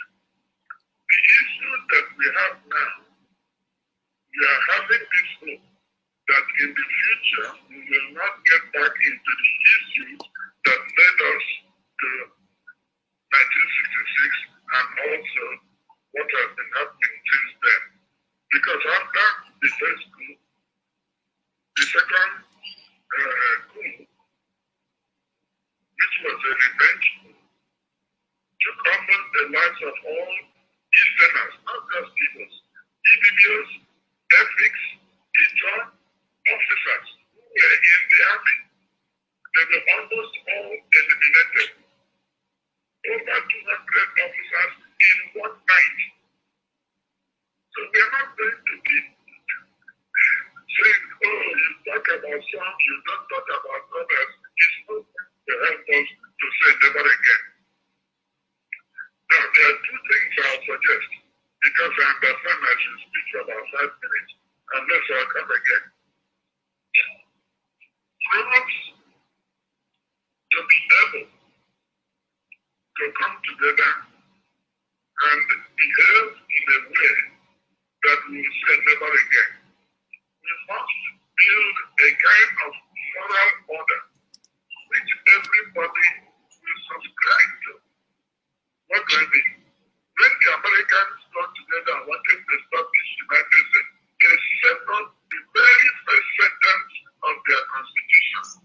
We believe this to be fact, that all men are created equal. Full stop. All men are created equal. Is there any sentence in our whole political history that will say all of us are agreed that that is the beginning of the moral order which will govern our living together? Unless we're able to do that, and in 2014, the Constitutional Conference did write certain conditions. They said everybody must have subscribed to it. I have been in almost all the Constitutional Conferences. We come around and pick it out and talk and we go and nothing happens. And the fact is that there are people in Nigeria who don't believe that other parts of Nigeria can produce people who are equal to them.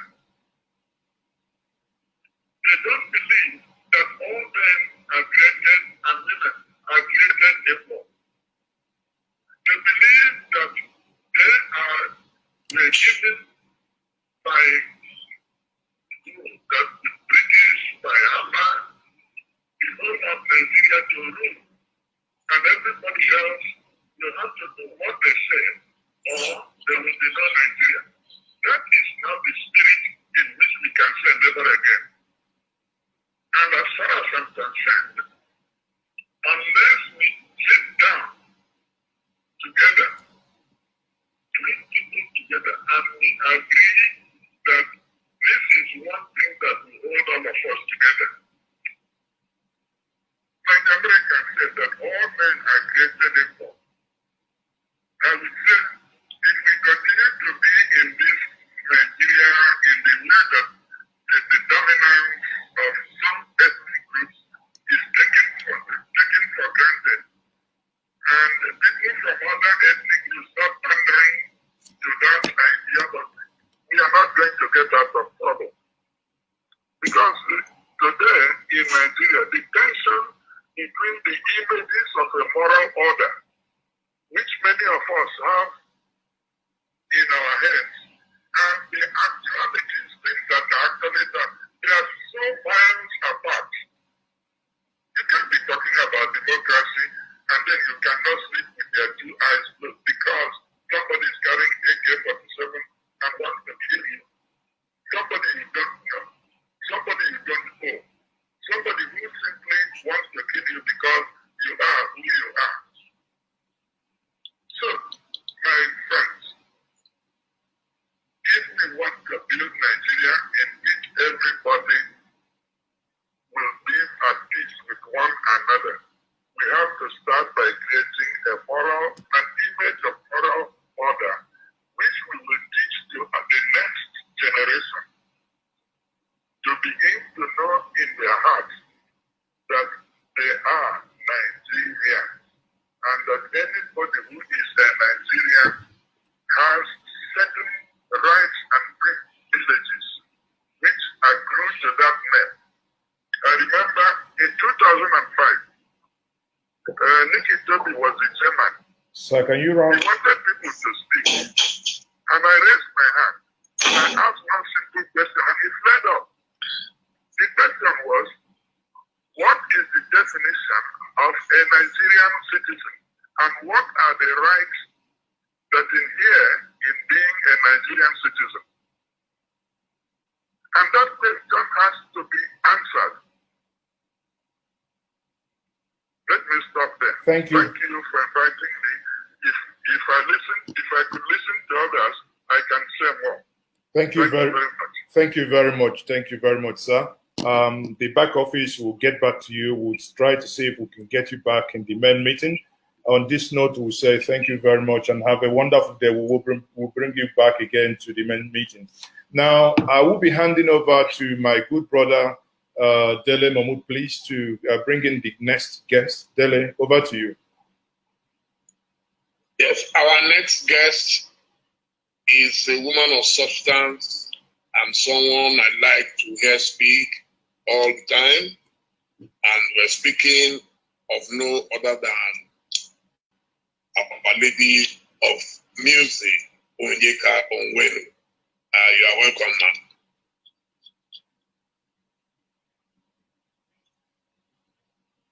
We're not hearing you, ma'am. Okay, you can hear me now, yeah? We can hear you now, yes, please. Lovely. Thank you, my brother. It's always good to see you. My deepest respect to our elders who are here at this meeting. Thank you so much for taking the time. God bless you. God keep you and keep us too. I'd like to start by paying my respects to some great men who've passed away recently. There are many of them. I'll just name two. And that is Rear Admiral Kanu, and of course, Onyakobi, who is the son of ZCOB, the president of Igbo State Union, under whom my father, Dixon Kanu, DK Omen, served as the principal secretary. There's a long history here. We're losing people who have still so much to give to this country and so much direction to give to us. I'm almost tearing up and I don't want to. But I pray over all of us and I pray over this country that God will still have his way with us. This is a great country that we are all a part of, and there's a reason why we've all been brought together. Excuse me. Having said that, I want to thank the organizers for having me last year. I didn't expect to be on this year, and in fact, I didn't want to. Because one of my principal problems with my people, Ndigo, is our lack of recognition and support for our women who happen to be the best in the whole world. We've proved that we can serve, we are committed, that we care, and we love this country. Not just Igbo women, but Nigerian women in general. We have not been given our dues, we have not been given our place in the polity of this country, and it's really a waste. You do not go to war with one hand tied behind your back. And that's what Nigeria is doing. And if you don't know that we are in a war, please know it today. We are fighting on all sides. This is not the country that our fathers left for us. This is not what they wanted. This is not what was organized. A country that is rudderless. A country that does not care. That the value of human life is totally diminished.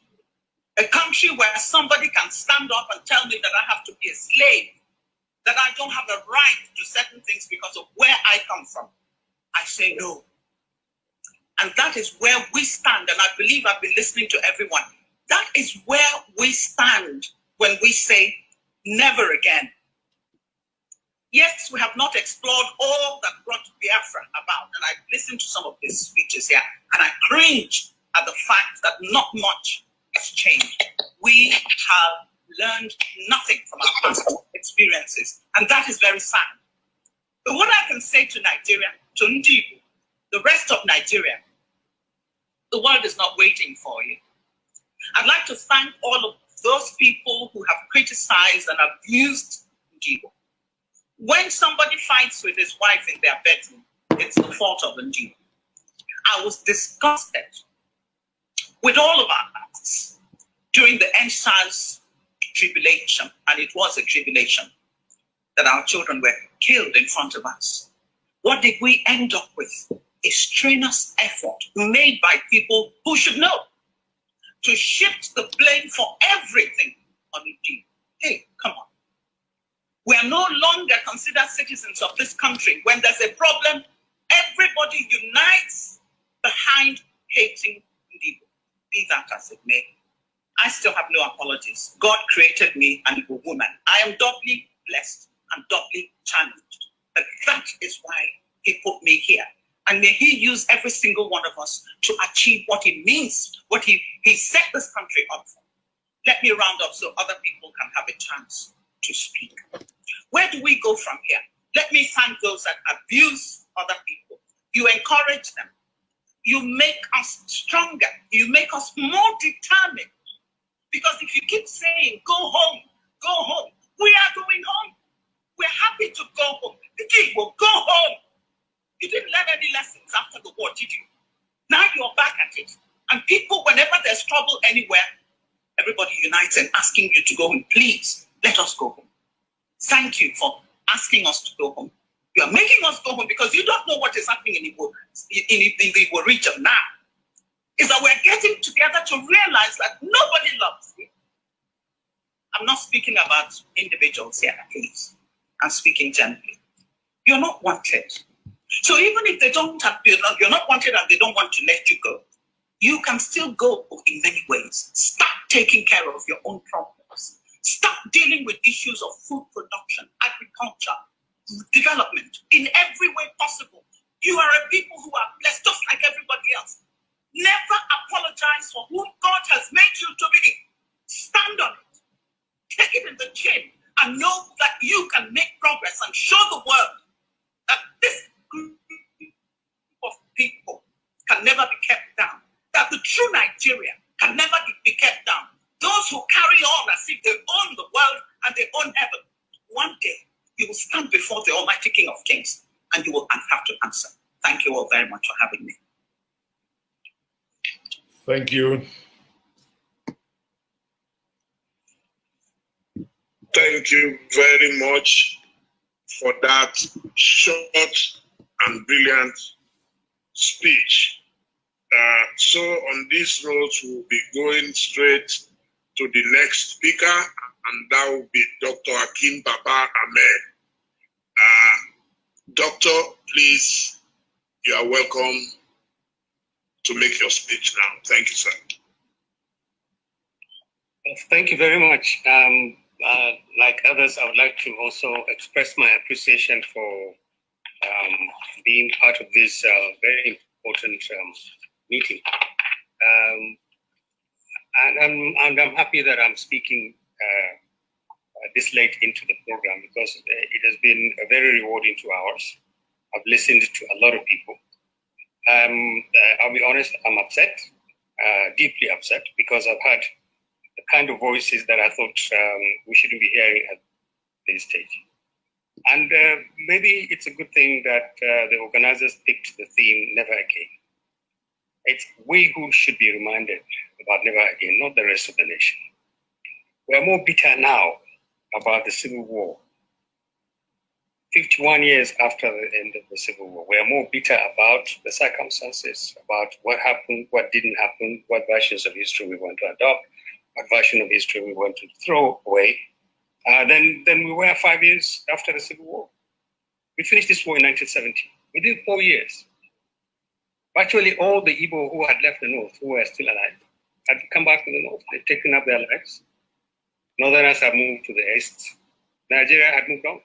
Here we are 50 years, abusing each other, disputing the history. So it's a good thing that we are saying never again. But I think we need to recognize never what again.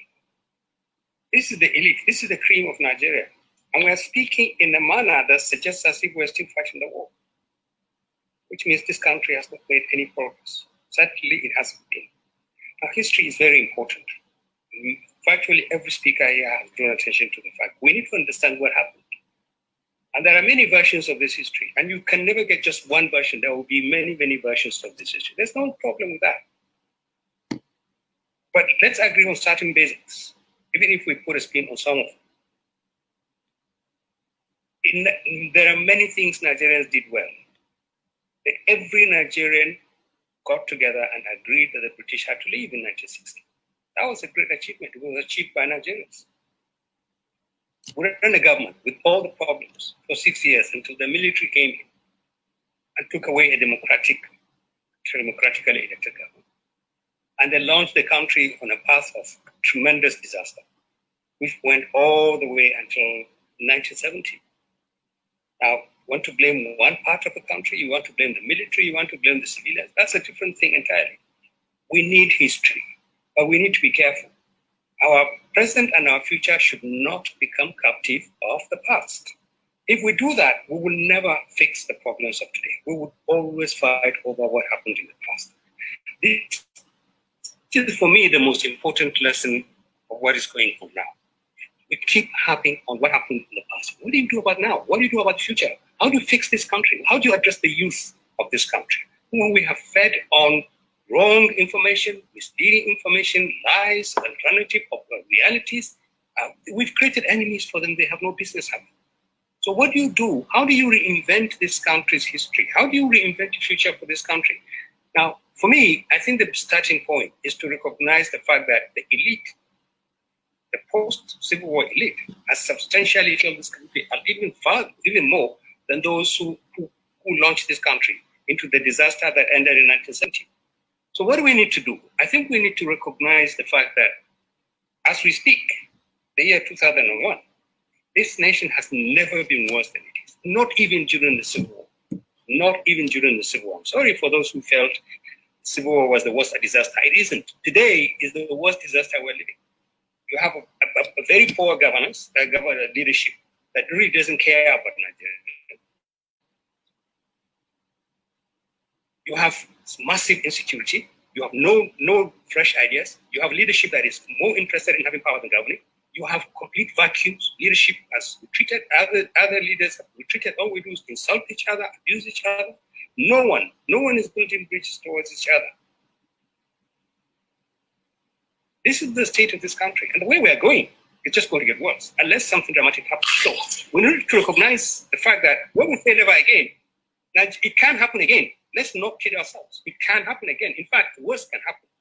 When people say, IPOB says, we don't want to be Nigerians, some Biafrans, we don't want to be Nigerians, they forget other parts of the country also, there are many people who particularly are not keen about staying in Nigeria. It's not a big issue. There has to be a consensus that this country is worth saving, and it is. And we must work together. So the Nigerian state is very fragile, not just because the consensus around its continuation is weak, but because the elite who should work together are not working together. So we need to recognize the fragility of the Nigerian state. We need to adopt a sense of urgency and history. This is very, very important. We need to change the quality of leadership we produce all over. All over. We are on our knees now because we made wrong choices in the types of leadership that we elected. Politicians at all levels have no business being near power. So if we want never again to have to be actually never again, we need to revisit the process by which leaders emerge. We need to elect leaders. Nigerians are fantastic people. We have the best. God has given us everything. We have no business living under the kind of leadership we're living now. So we need to take up two major gaps that exist. One, between the elites. You can imagine, a lot of people have been restrained in the way they talk now. We know, because I represent one of the groups of the elites, we know when we sit down or when we talk, we literally tear at each other. Now, who else is going to fix this country? Is it the same government that can't fix security, can't fix the economy, can't fix the youth? They cannot fix this country. So you need to close the gap between the elite, and you also need to close the gap between the elite and citizens. What do we need to do? We need to build bridges. Thank God. I wish President Obasanjo was here. I would have said to him, thank you, sir. Because there's an initiative he started which is working now. He's bringing all these various groups together, and we're saying, put this nation on the table, and let's see what we can do with it. And we're doing it without questioning each other's qualifications to be there, without all the bitterness that we've heard now in the voices of some people. So we need to build bridges towards each other, and we need to build the bridges that will reinforce the roots of this country. We need to adopt a positive attitude. This country can be fixed. This negative, cynical attitude that the nation has failed, I'm out, they don't like me here, they don't like... Look, there's no country where everybody feels equally at home. There's none. But we need to adopt a positive attitude. We can fix Nigeria. We must fix Nigeria. Because tempting as it is, those who think that if they leave this country, they will have peace, you're making a mistake. Nobody can leave Nigeria and live in peace. And I'm telling you the honest truth. Nobody. We spent 2 months, we spent 2 days in the East, the Northern Elders Forum, talking to Nigerian communities who have become victims of the NSAS was violence. And then we met thousands and thousands and thousands of Northerners from all parts of the North. These were people who were born in the East, who would not leave the East for anything. We have thousands of their type in the North. So the roots of this country are very deep, but we are not recognizing that we need to adopt an attitude that says, create a Nigeria for them. Create a Nigeria for these Nigerians who are all over the country, who believe that it is worth taking a risk to live in another part of the country and to contribute to that community where you are and to feel at home. And this is very, very important. No Nigerian must be made to feel second class. None. We must build a country of laws, not a country of ethnic groups, not a country of rulers and other people. We need to build a country. So we need to adopt a positive attitude. And it is very important, particularly among the elite. We can and we must fix this country. Then we need to integrate young people. It's amazing. I sat here for the last 2 hours. I've been reading religiously all the comments that have been coming in from people outside this meeting. It's unbelievable. Close to 90% of them are people who are insulting us. We don't want to hear. We want out. We want out. We want out. Look at these people. The youth is entirely alienated. And I don't mean the youth from the East or the West. Our young are alienated. They don't feel part of this country. And we are not doing anything to integrate them. We're not doing anything to give them something value in Nigeria. This is a terrible problem that we all have. What is for them in this country? Look at what happened during the NSAS protests. Those are young people, and they were fighting everybody, not just government. They were fighting messed up with the wrong generation. This is very, very important. So finally, we need to recognize the fact that Nigerian history is not all disaster.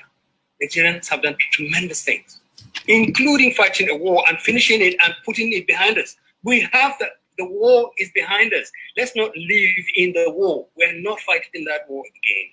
We need to recognize how our leaders collaborated, how they quarreled, but how they moved on. We need to create new values. This is a nation that can be great. It must be me. No one should assume that there is a future outside Nigeria. Thank you very much.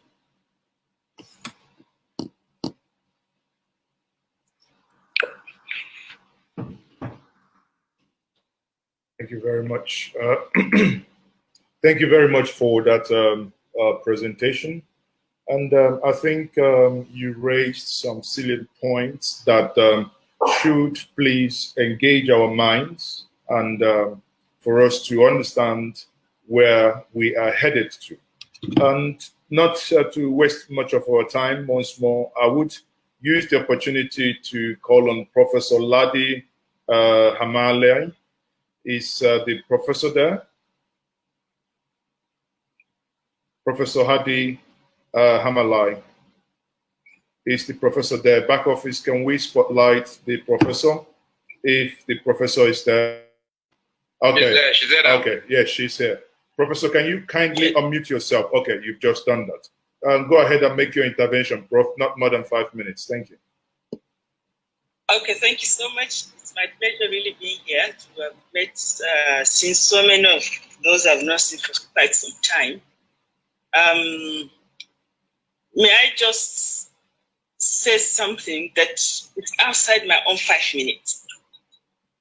I have an experience that I think I want to share with all of you. Nigerians, whether you are from the Southeast or Southwest or North, wherever, we like each other as in people. We support each other. And I could remember when I was doing my research, I was doing my PhD then from the UK. I came in from the UK. I stayed for almost 1 month in Lagos doing research. And I was assisted in so many ways by people from there. I went to Ibadan. I've seen people from the Southeast sending even data to me abroad using their own money. So that changed my perspectives about Nigeria. I think we Nigerians, we appreciate each other and we can work together. But when politics comes in, then that's when things start falling apart. I think we should go inside at the basic social personal levels and see how we can replicate what is happening at the personal level to the political level. And I'm sure it will not be difficult to fix Nigeria from my experience. And the greatest hope I've gotten in my life are from people from the Southwest South, not from the North. Now, my topic of my paper, 5 minutes presentation, failures of contestation pluralism in Nigeria.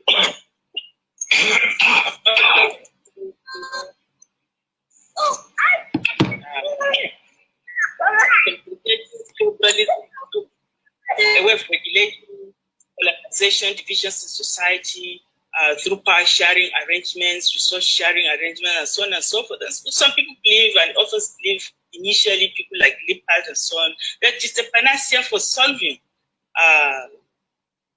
divisions and conflicts within multi-ethnic plural societies that are badly divided.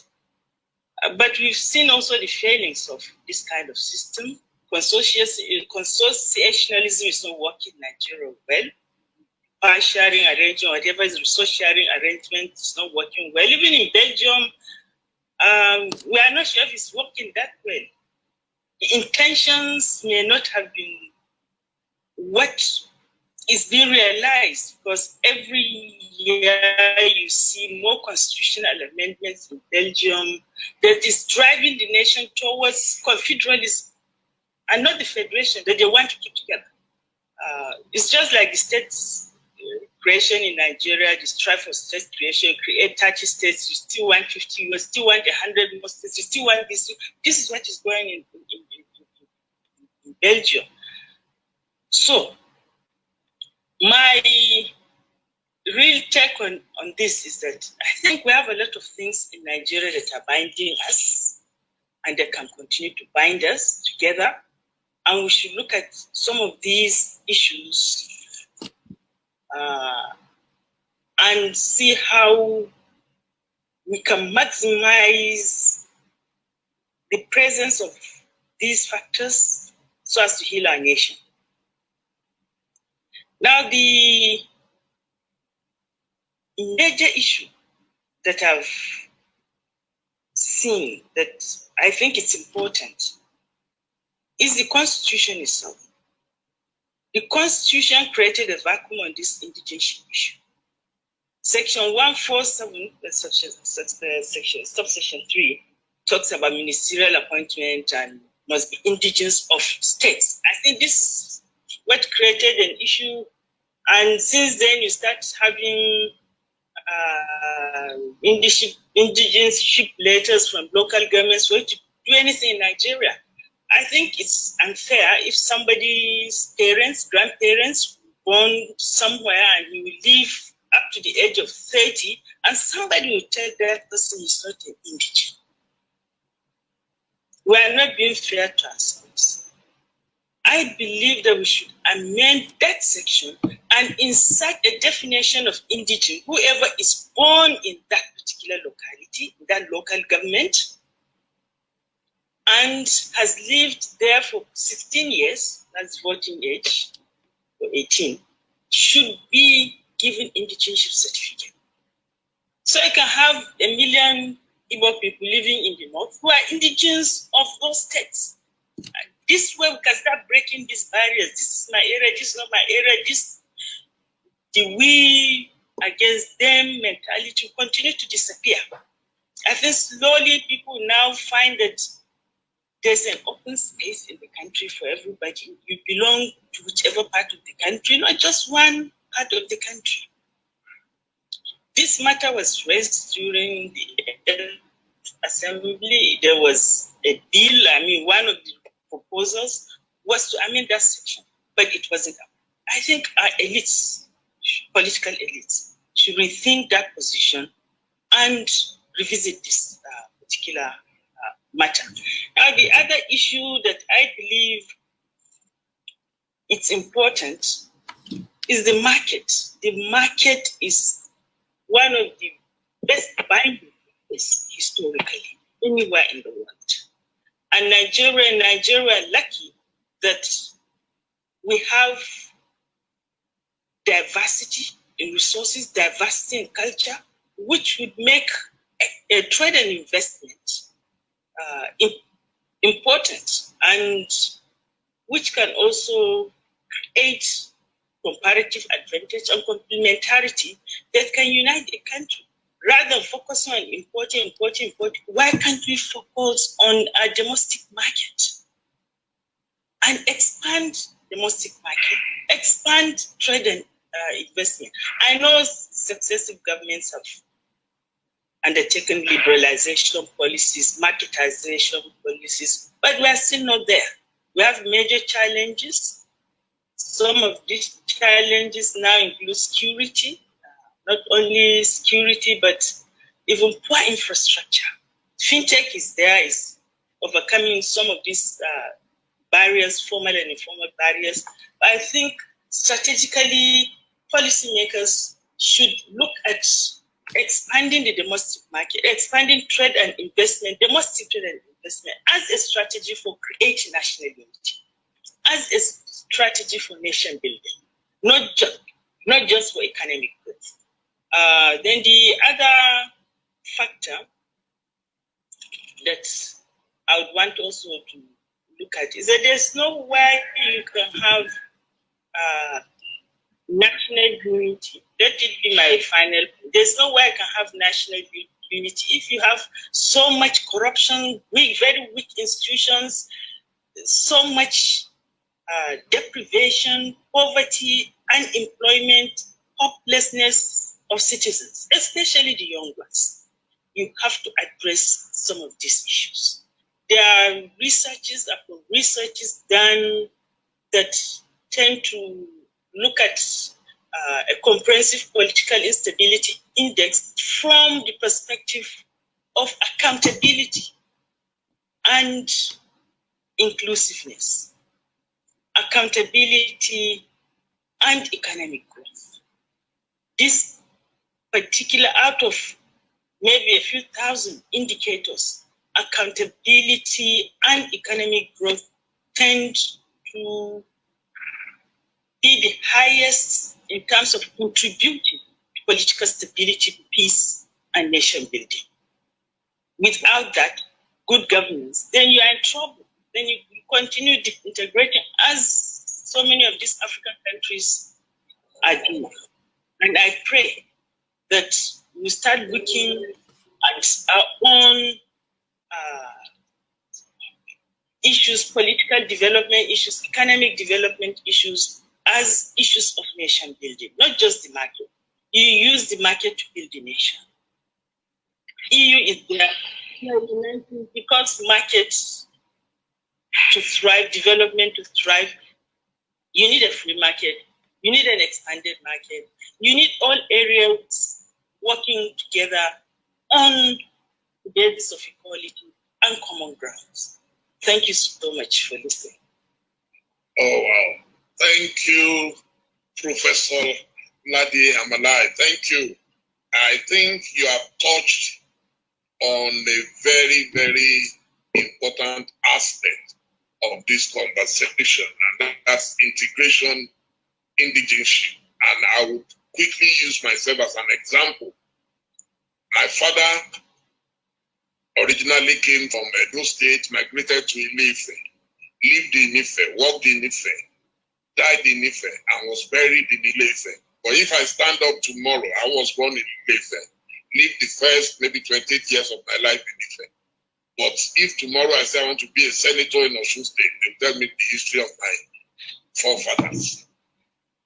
Now I've lived in Lagos.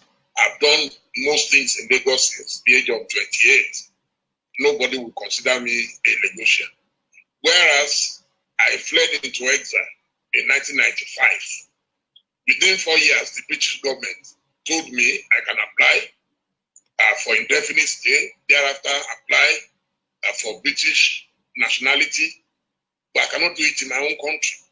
So I think that should be the food for thought. If your child is born in America today, immediately your child is qualified to be an American. So if an Igbo man who has worked all his life in Lagos or Kaduna or Kanu has a child in that state, even if you live there forever, people will still call you a foreigner. So I think these are some of the issues, practical issues we must address before we can move on. So on this note, I would like to invite a man that I admire a lot, a brother, a friend, Mr. Peter Obi, the former governor of Anambra State. I'm sure he's on standby. Please help me welcome Mr. Peter Obi. You are welcome, sir. Thank you. I don't know whether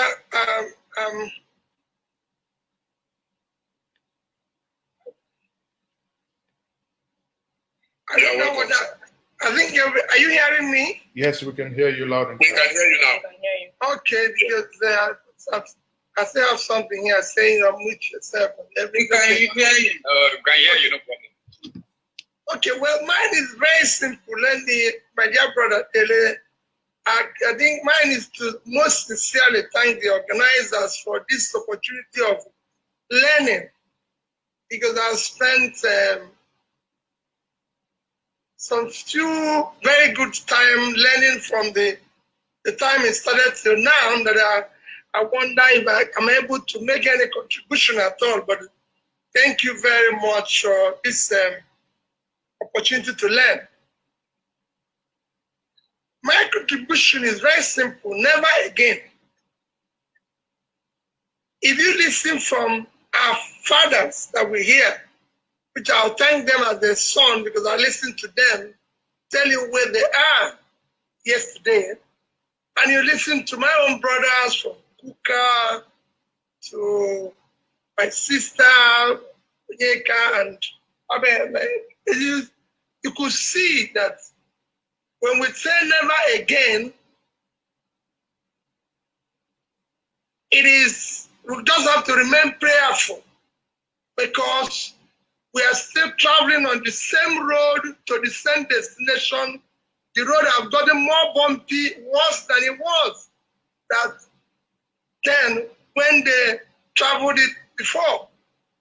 So if you compare what I've heard today and what is happening today, it's like what brought Nigeria to that destination in the past have actually gotten worse today. So that road has become more bumpy. The destination is even worse, because some of the things, coincidentally, when one of the fathers, Tanko Ekasa, was talking, he talked about Emmanuel Uwobosi being part of the queue. Emmanuel Uwobosi is actually going to be buried tomorrow. I'm actually leaving this to attend his nights of tributes and everything. It's going to be buried tomorrow. And I've listened to some of them who are involved one way or the other. And you could see that all those things that made them participate in what happened are still very much with us today and getting worse. Starting from number one, incompetent leadership with total lack of capacity and character.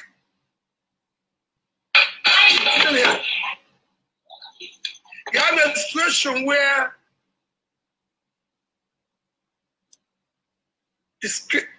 issues of corruption are worse today than it was then. Unemployment are far worse today, where you have millions of young people in their productive age not knowing where the next meal will come from. and nothing is, the government is not thinking anything about it. So I can go on and on. That's why I said for me, it was more of a learning. So my contribution is that as we talk about never again, I will enjoy listening to people like Papa Ahmed and said, we the elites have to now stop and come together and sit down on how we can pull this country out of this mess, or it will consume all of us.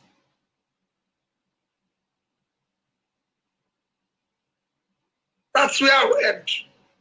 I said my own is the learning, but we cannot continue the way we are today. We have across the entire country, for local government to the highest level, what I can call incompetent leadership that don't have the capacity to solve the country's problem. Then I know you have discussed it, and I tell you, you don't go to a Formula One competition, they won't drive. These vehicles are being driven by more drivers. The vehicle across the country. That's why you have too many accidents. So you need to have the proper people who are competent, who can do the job and everything. That's what China, India, everybody, Professor Pat told me, I've studied so many countries, he knows that the first thing they start with is competent leadership. If you don't have it, you have a problem. Thank you for inviting me. Thank you, sir. Thank you so much. We're neighbors that we don't see. You are too busy. But I'm happy to at least see you here today. I'm in my village, I'm in Onitsha. You are in Onitsha, okay. That's the only place I can live in Nigeria.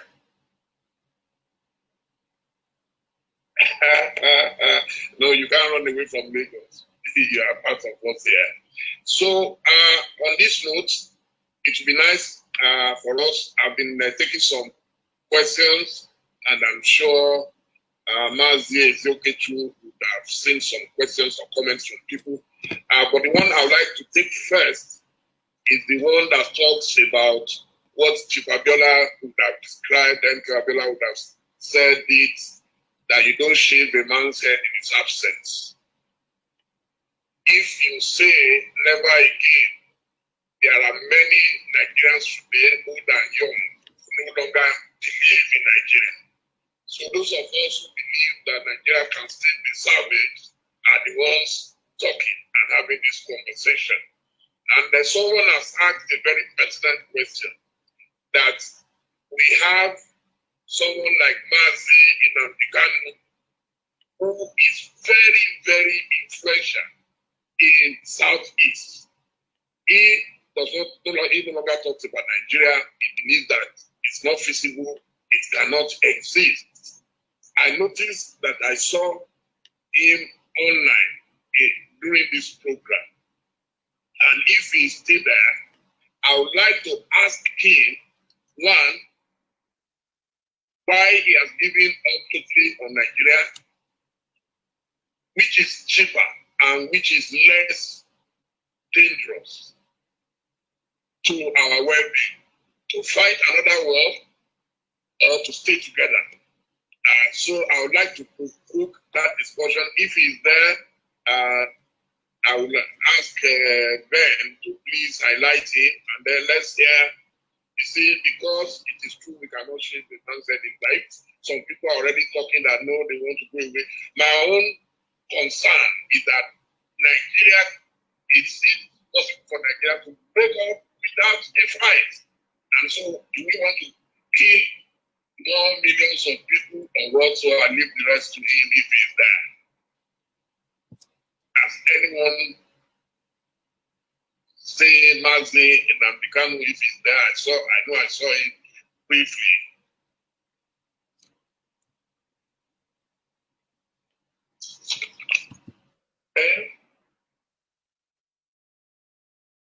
If he's not there, then maybe Nazi and okay should also take one of the questions or comments. Yes, thank you very much, Adele. I think Mazi Nnamdi Kanu is no longer here.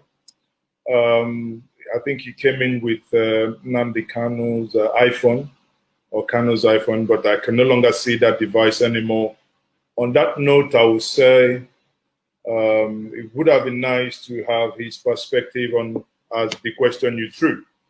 Now, one of the things, if the back office could help me do is, we know that we have questions, as you rightly pointed out, but we have people who have raised their hands to either make their interventions or ask questions, and we will give them 1 minute each. Now, I know here, I've been told ab initio by our sister, Ankyo Briggs, now who is also now with us here. It would be nice to have Ankyo Briggs make a very quick intervention. We permit you 2 minutes, but please, sister, do not exceed the time allotted to you. Ankyo, if you can unmute yourself and make yourself visible, we will. I think you unmute and mute yourself again.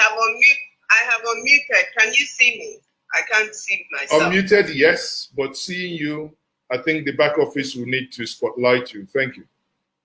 Oh, okay. Well, let me continue so that I don't hold you up. Thank you very much. I've been here from the beginning. It's definitely a program that I am interested in, and I speak as a Niger Delta indigene. I speak as somebody from the former Eastern region. I speak here as an Ijaw person and as a Southerner. I speak as someone who experienced the war. I was a teenager when Ojukwu declared the Biafran state, and I'm very much aware of why the war was fought. I describe the war as a war of revenge, if you like, against what happened during the first coup, as Franco Yakasaya very well detailed, and even calling the names of the people that were involved. Now, one person's experience in the war, especially if you were caught up in the war during the in the eastern part of Nigeria, your experience, for instance, in Enugu, does not make my experience in Port Harcourt a lie. It is just that there are experiences that we experience differently at different locations of the war. Now, having said that, it's a different view when people react to the war, the stories of the war, from second to third-hand information, because we don't have historical facts documented and taught in our school. So these are all part of it. But I would really, because of time, I would want to fast forward the experience of the war to where we are today. That the fact that Gowan said that there is no vanquished and no winner, that's not true. That's a big lie. There was, and still remains, and the way the Igbos are treated, there is a winner and there is a loser. You cannot say that people who you made to use 20 pounds, whatever the equivalent, the name of the money was at that time, that people who had millions, even billions in their account, were only entitled to 20 pounds of whatever value it was. You can't say that people like that are not going to feel that they lost the war. Now, fast forwarding it to the political situation in Nigeria today, the political situation is saying, and I have said this, that first of all, the North, the way the North is projecting itself, it has has no idea of giving up power in 2023. If it does, you will not have people of northern origin like El-Rufai saying that they want to contest for presidency after Buhari has done 8 years, that a northerner will now contest again because that is fair. No, it is not fair. It must be ceded. Each political party must cede it to the South. And who in the South? The Yorubas have done 8 years. The Niger Delta people under Jonathan have done 5 years. 4 actually, if you consider that he was only elected for 1 tenure. Now, so if it's going to go to anybody for equity and justice, it has to go to the Southeast. That is my personal position that I am canvassing amongst my own people. Because if we go into 2023 election and we don't have a new constitution and we have not restructured Nigeria, then we're wasting our time. Now, the very last point I would want to put across is the fact that people are saying they want to live. I believe in that concept, depending on the argument, depending on where you're coming from. If people are frustrated enough, and we all are at different times, United Delta people, my people raised arms against Nigerian government in the 2000s, leading all the way up to 2009, when they accepted amnesty. Now, if you're coming from that angle, we've done everything. We've even brought the economy of Nigeria down. So if my people now feel that the only way is out, then you have to discuss from that platform. If Igbo feels that they don't want, then you have to discuss with them from that angle. So when people come on forums like we have now and make us to feel whether it is Igbo, whether it is a Niger Delta ethnic nationality, make us to feel as if we are the problem of Nigeria. No, Nigeria is actually the problem of my people because there is great injustice. You cannot continue to sustain 36 states if you take away the oil producing states. Take all their oil, share it amongst people who produce nothing, and then say that this is about one Nigeria. No, it is not about one Nigeria. We must do something about the constitution if we truly believe that we want to fix Nigeria. Then if we don't want to fix Nigeria, that's what we say, okay, let us discuss how we're going to move forward, whether that moving forward means within or without Nigeria. I don't know whether I'm still within my thank space you. or not. I think Thank you very much. I think you've well exceeded your allotted time. On that note, I would be handing over to my good brother Dele for that. I think Mazi Nnamdi Kanu is back here, so Dele can repeat that question again. He's back. He's back. I've had the privilege of speaking extensively with Mazi Nnamdi Kanu in the past, and we've been on this conversation for a while. So I'm happy to welcome you back, Mazi. Thank you for agreeing to join us back at short notice. The question is, there are those who believe in Nigeria, but you are virtually giving up on Nigeria. And I've asked this question before. Do you think it is possible for any part of Nigeria to break away without another war? Which is the concern of most people who oppose whatever you stand for at the moment. So is it possible for us to break away without another fight? And here we are at this conference talking about never again. The meaning of never again means we should not repeat the tragedy of the past. Thank you, Mazi Nnamdi Kanu. Thank you, my dear brother Dele. Thank you very much. And also Mazi, the co-host of this very wonderful and unique forum. I want to acknowledge those that went before me, our elders, the two people that actually have so much regard for. by Adebanjo, and also our own father, Mbazuluike Amaechi, and also my regards and respect to Bishop Coker and all the rest of them that spoke. The fact of the matter is that we can break the war without any rancor or need to go to war. We mustn't forget that there was a country called Czechoslovakia. Today, they are the Czech Republic and Slovakia. They never fought any war. And for us to properly contextualize this never again theme or scenario that people are talking about, we must go back to how we were before the white man came. There was no war between Biafran people and the Oduduwa people before Lugard came. There was no war between Biafran people and, say, the Fulanis from the north. Everybody minded their own business until the white man came and decided otherwise. Decided otherwise in such a way that even Igbo land itself is carved up into heaven knows how many states, even some of them in the north, as we speak.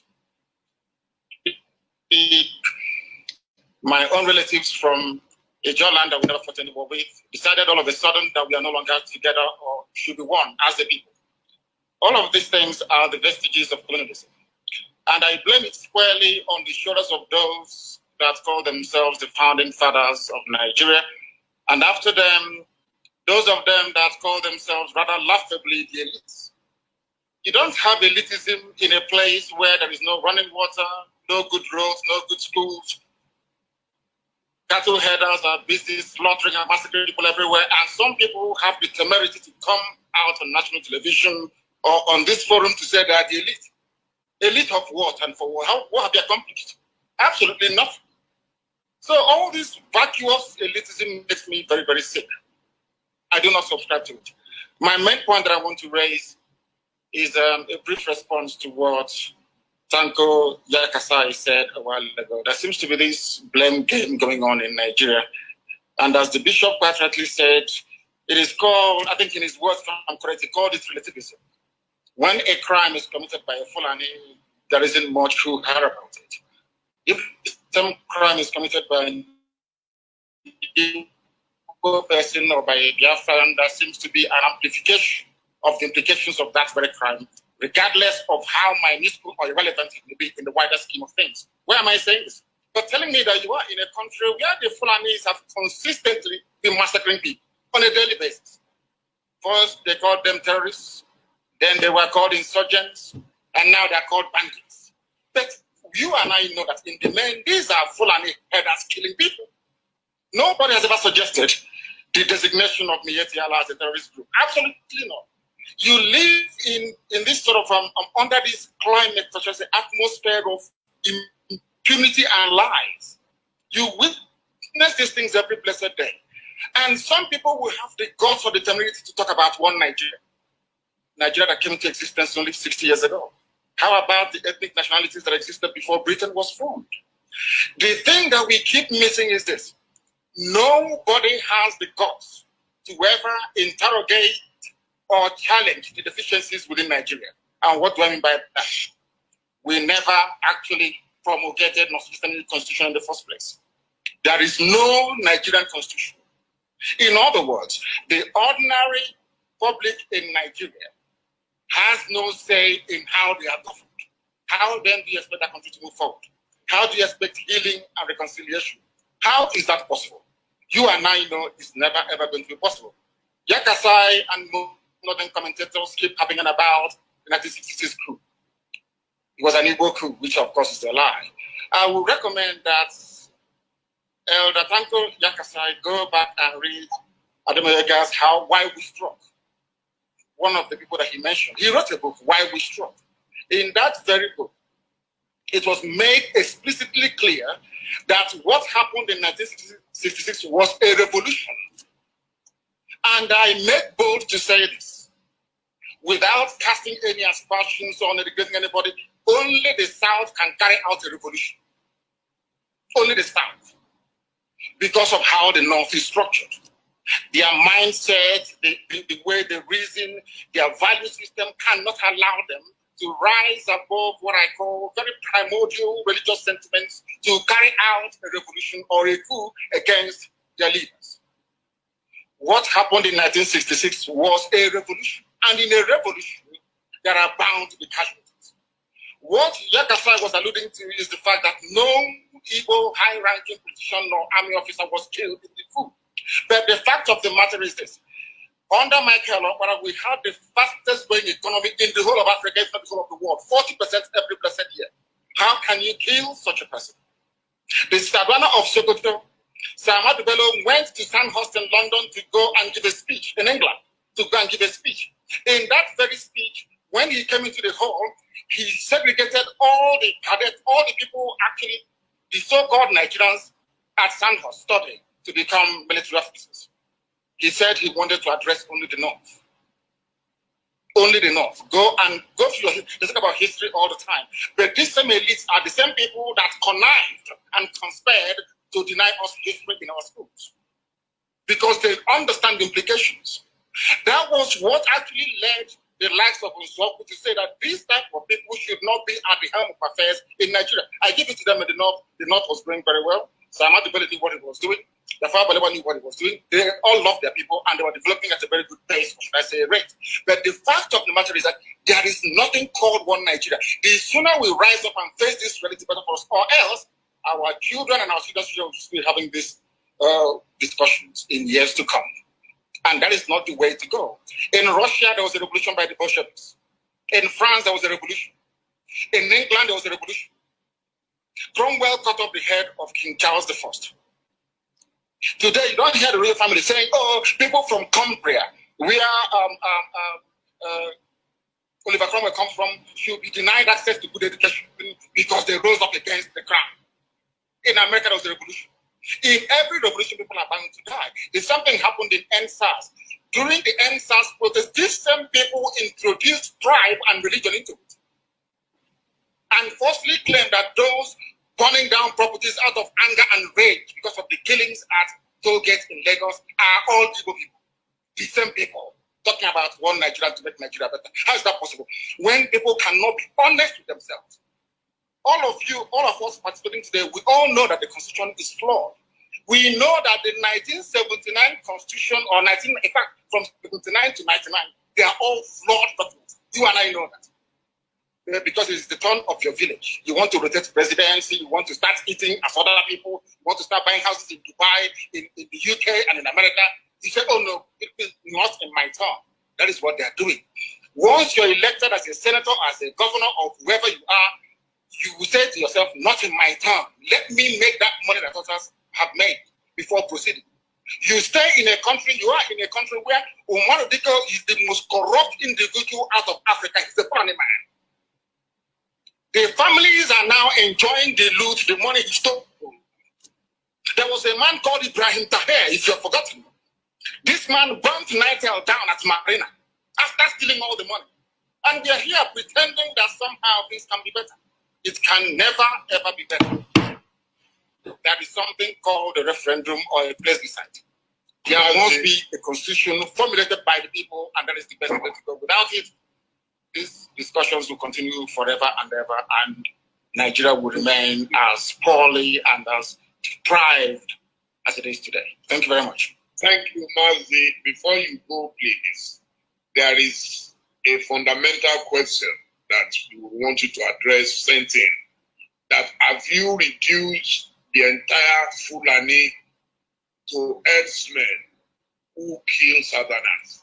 Is it right? Is it fair to reduce all Fulanis to herdsmen who kill? I am trying to pay them back in their own coin. Ojukwu went to Aburi to negotiate for the same restructuring we are talking about today, going back to the regions. Every Igbo man in the north, every Biafran in the north, and to an extent some Yorubas as well, we attacked rebels, slaughtered and massacred in the north. What are the Fulani leaders doing about this state of insecurity and terrorism in Nigeria? Only the Fulani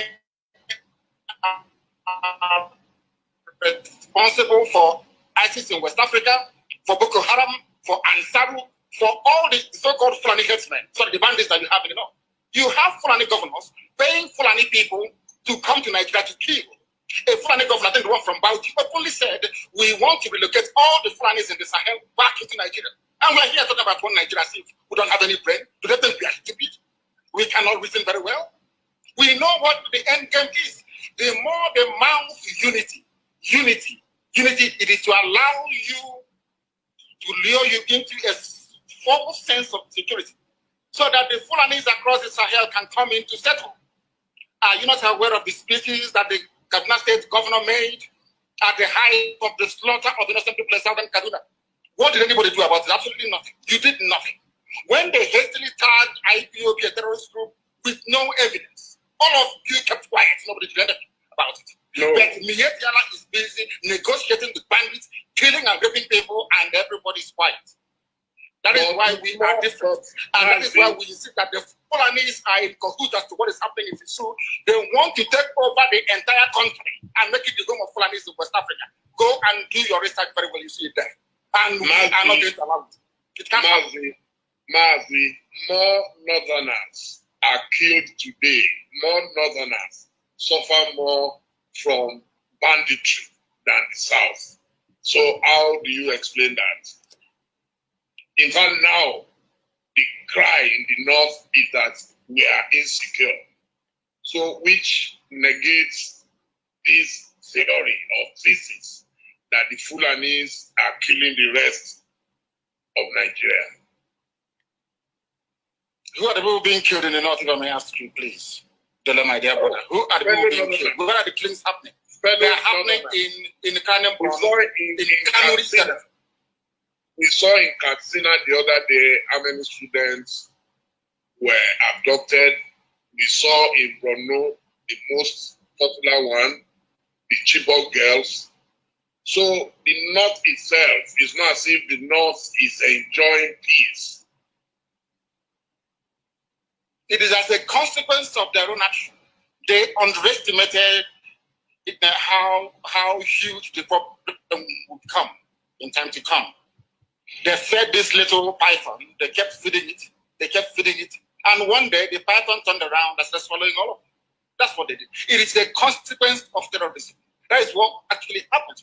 Once you spend years and years and years nursing and feeding terrorism, at a time it will come back to consume you. It is a natural consequence. It is a natural order. That is what they are suffering from.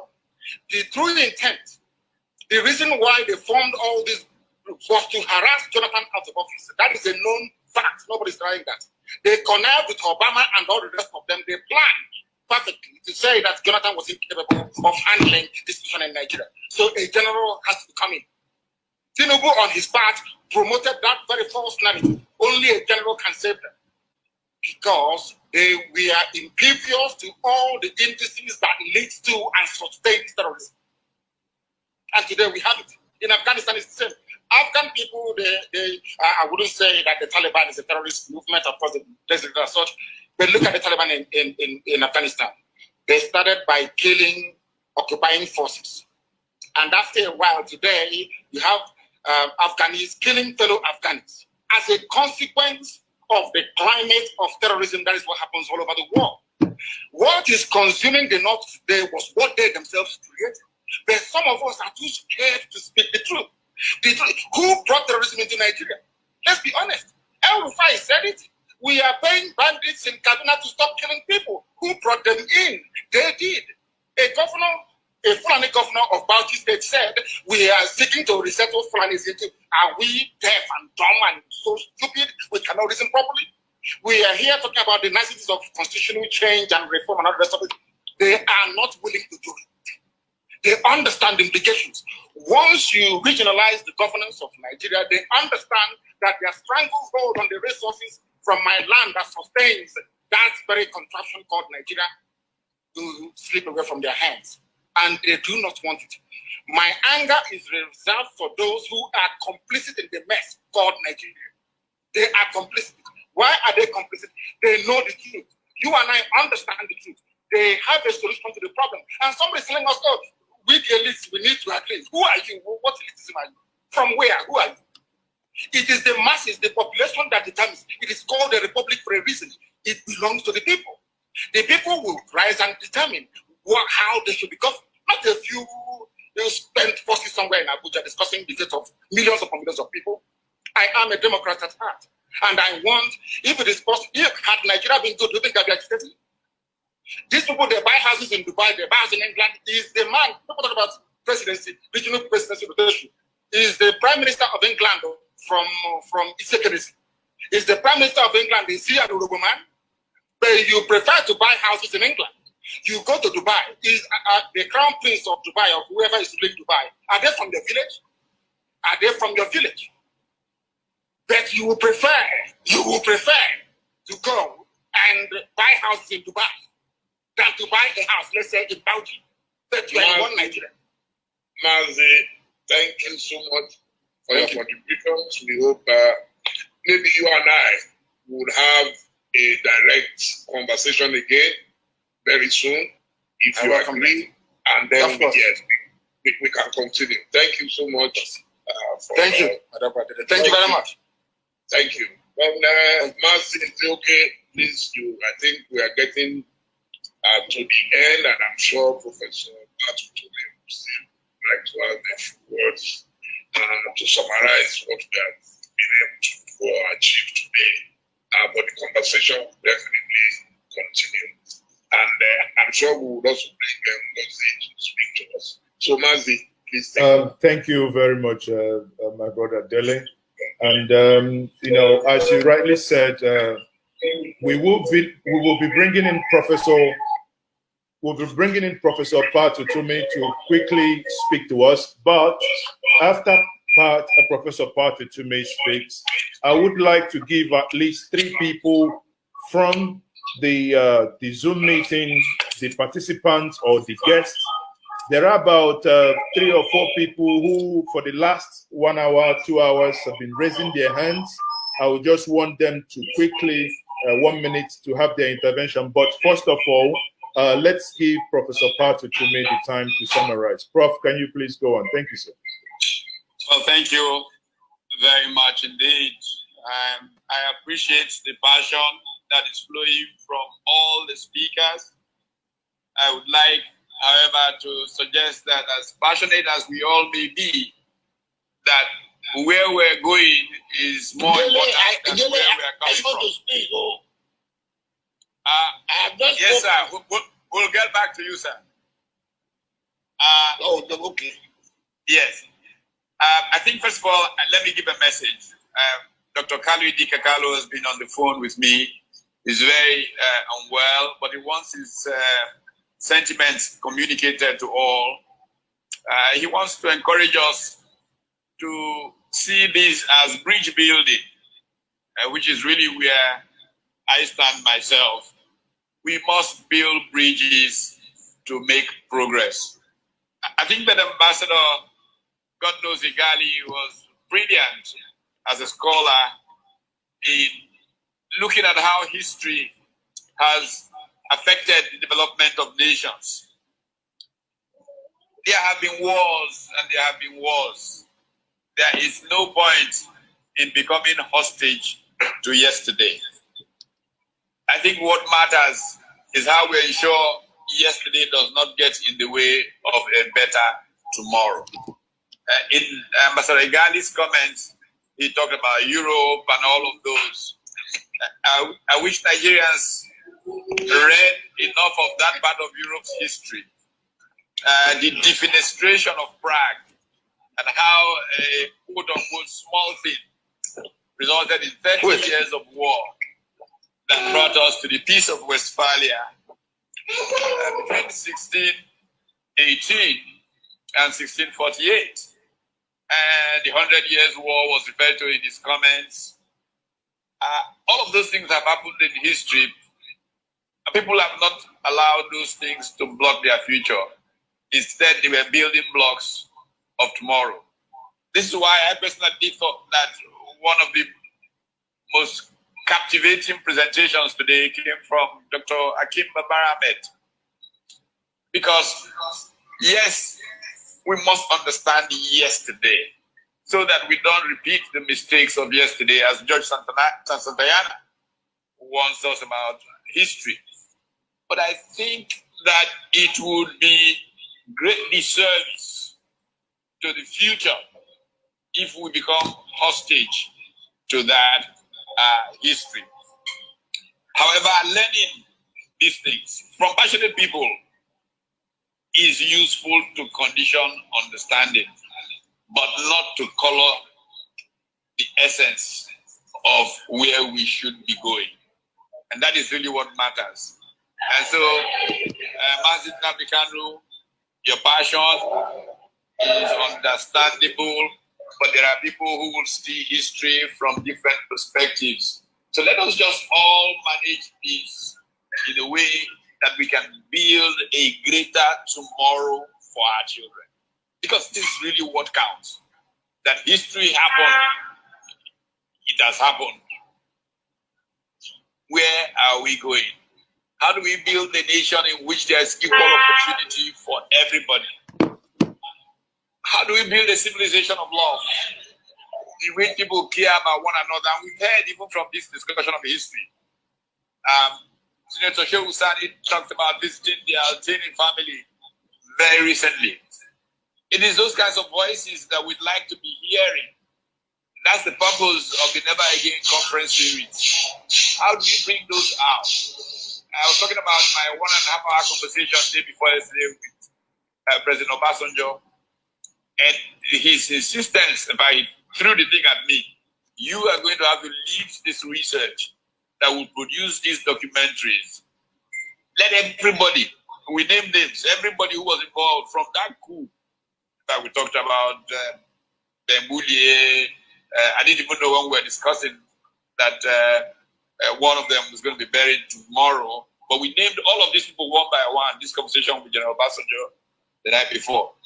And the question is, let's get all of them to speak truthfully. What happened? How did Iransi get killed? How did this person get killed? Not to get people to be lost in them, but so that people really know, and you can explain away some of the things were driven by rascality, some were driven by enormous passion of revolutionaries, some were driven by ignorance, some were driven by love of country. The point is that our country needs to make progress. We have fallen behind. Our peers around the world have gone way ahead of us. They too had wars. Why is South Korea, which is seen to have profited from even the great division that follows the armistice, the crossing of the 48th parallel, and all of those troubles that Korea went through, why is it making progress? Why is Nigeria the poverty capital of the world when that war gave us technology that we could have built on, and commercial enterprise will grow out of military, which is what happened in every war. I mean, the gains of military science is often what leads to the advance in commercial technology after wars. So I think maybe, in fact, I would like to see Senator Shehu Sani come back. I see that Adebanjo wants to say a quick word. I'd like to see Senator Shehu Sani perhaps even come back and share some experience with the Altinis. And when we started this conversation, what I suggested to some of my co-travelers is that we should do a video of trains coupling together. The metaphor that I used, I mean, I lived for some time in Boston, and I used to commute to New York and Washington by rail from Washington. And if you go down somewhere, I think it's Connecticut, back in the 90s, I don't know if it's still that way, I don't know if it has to do with the gauge or whatever. The train that comes from Boston stops there, and there is a recoupling. The engines that have driven you have to go off, another set of engines come back. And I had asked for a video to be made for this meeting of trains being coupled And the point was to show how can we recouple Nigeria after BRICS such that we have a true handshake across this federation. And people working with people to build a better tomorrow for all of their children. This is really what this conversation is about. And we will profit from getting more of that out of this engagement. Thank you, Mazi. Thank you. Thank you very much, Professor Patu Tomide. You know, you've basically put it in a very, you know, straightforward way. Now, there is something that I want us to quickly explore here. I do not know if we still have Senator Sheikh Husani or the Alhaji Hakim Ahmed. If any of them is here, I would quickly want them to, you know, look into a submission that was previously made, which is very clearly that if Nigeria was working, those agitating to get out of Nigeria wouldn't be doing so. Now, I think it will help us to come back here and look at it. The question again, is Nigeria working? Is it that the inability of the Nigerian system to work is what is pushing people into agitation? In the time of 1966, that this coup happened, was Nigeria working? Is Nigeria working today? Is it a new metaphor? Is it something new? Or is it something that has been in existence for over a long time? Honestly, it's something, a question that comes from Facebook, it's come from the YouTube, it's come from even within this Zoom. And I would want someone to take that question. If we do not have Hakim Ahmed, or if we do not have Sheikh Husani, probably I would like to bring back our elder, Adebanjo, quickly to put these two in one. Please answer this question and also bring in your closing remark because we're now rounding up. Sir, over to you. Thank you, sir, once more. I think you're muted, sir.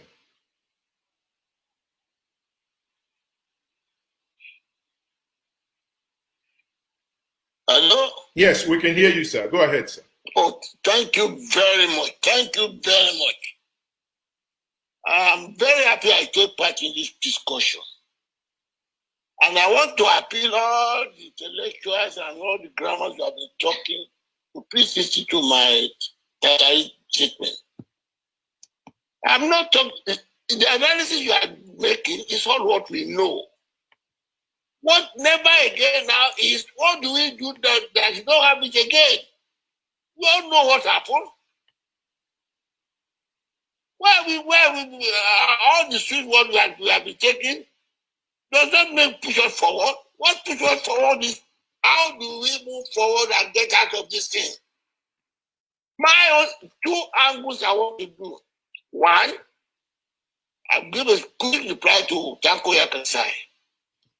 But the main thing I want to impress, even to our Igbo leaders, is that is what Ango Big said, and what everybody said in passing without analyzing it. Our problem is our constitution. Go back to where we were before this trouble started. And that is the agreement where I say, okay, that when was I treated before then? In the first report before the coup, we qualified ourselves, but we shoot ourselves in the words of mouth. We judge. Why all the block of the north, so to say, which they don't want to meet, which is evident in Tanko Yakasai states that now that they are in control, they want to meet the control. I won't give them the control now. It's the amended constitution that gives all the power to the president. That makes the president the most powerful president in the whole world today. That is why it's hesitant. That is why the average Northerner, not the few ones like Sonny and others, the people are really enjoying the benefit of the lopsided constitution, the fraudulent constitution we are having. Because the late William said our constitution is a fraudulent document. And then your contributions and the contributors have said in this statement. Why? You say we the people. If we make the constitution, the people of Federal Republic, are we federal? This is the problem. And here again, I want to answer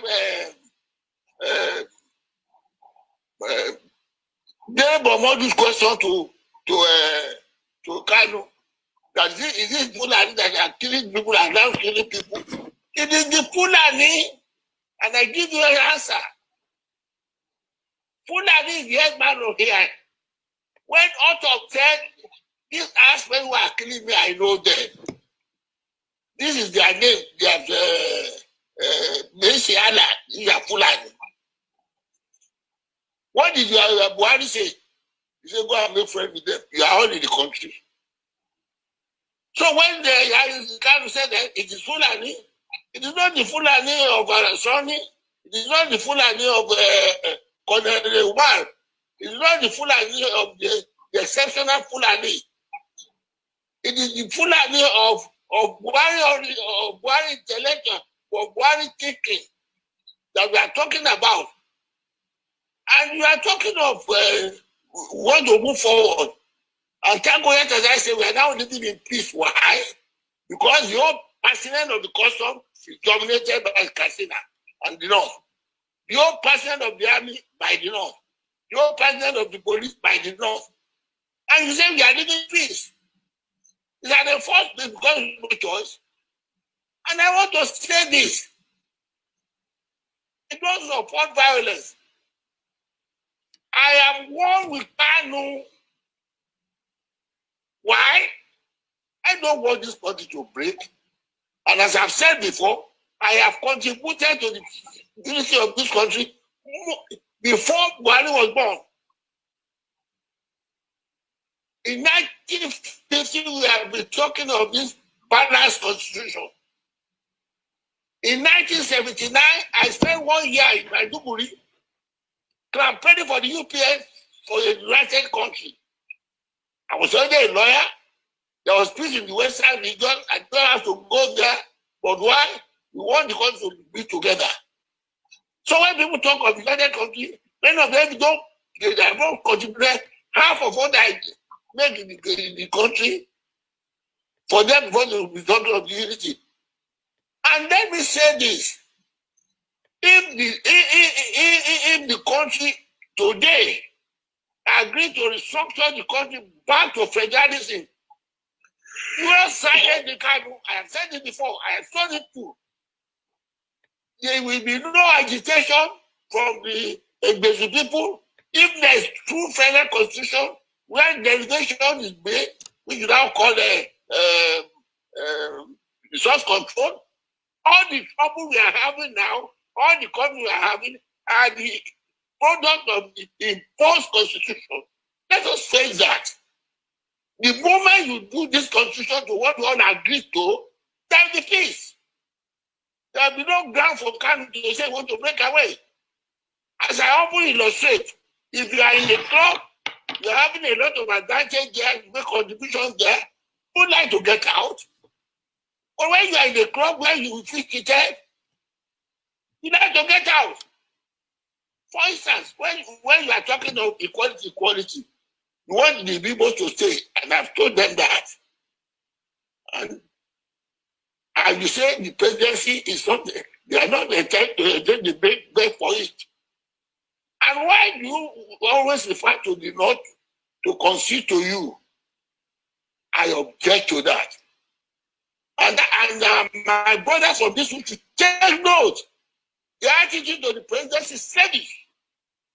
The attitude to it is constitutional right. And that is why I am pressing there should be a change of this constitution before any election. And I have been using the language, no Nigeria. The bottom line, when I do this culturing, I should keep to The part they are having, it's not the part we agree to, it's the part they made themselves when they staged the coup. All the problem of the coup, we all don't understand. But then, and let's just have the courage now to tell our northern brothers who pretend, like Jako Yakasai, that everything is all right because they have power. And then we tell you, after you can't have it without our consent. And people now talk about you about if you do this, the North will not agree. What gives the part of the North to agree to our own, to whether we are going to be in Nigeria? Why? It is inequality in the constitution, which they made themselves. So my own people, all the grammar you are trying, and I've told.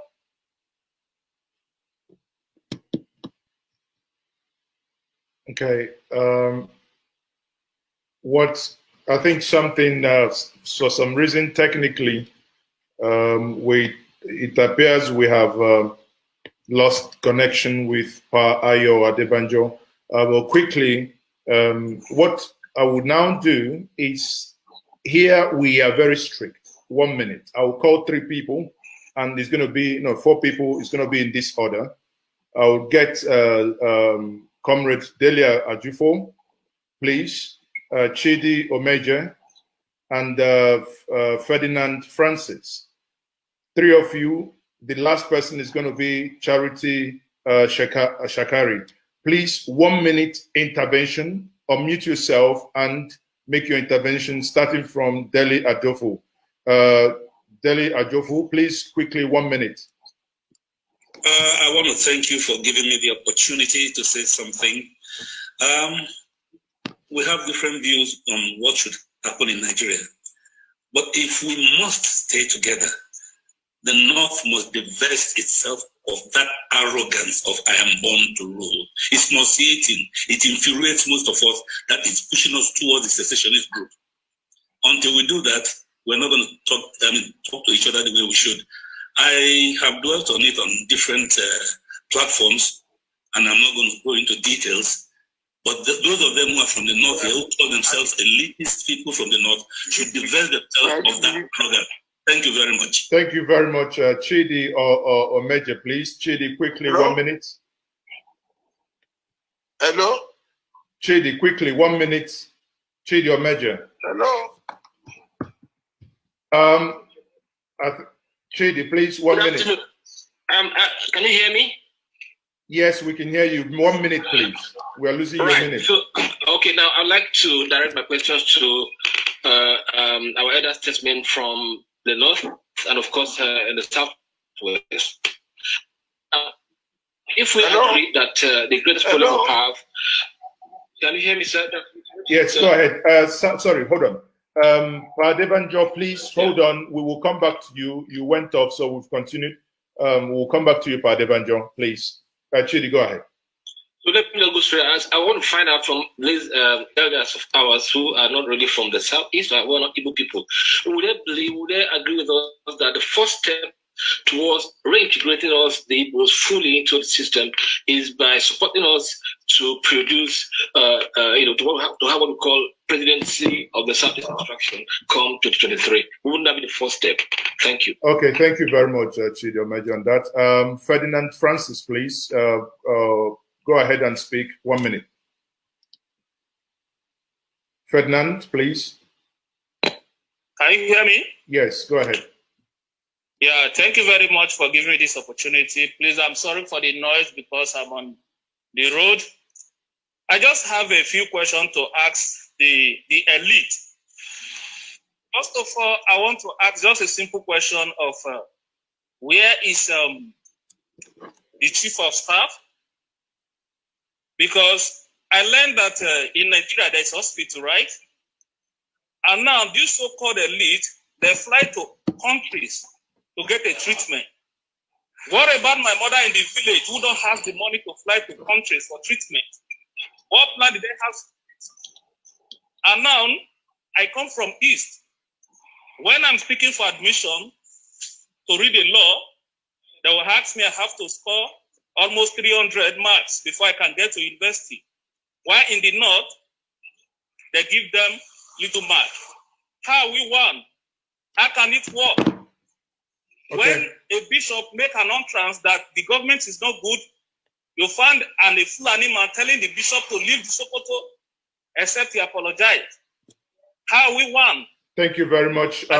You have exceeded your 1 minute. Please, you've exceeded your 1 minute. Thank you very much. I would be getting back to.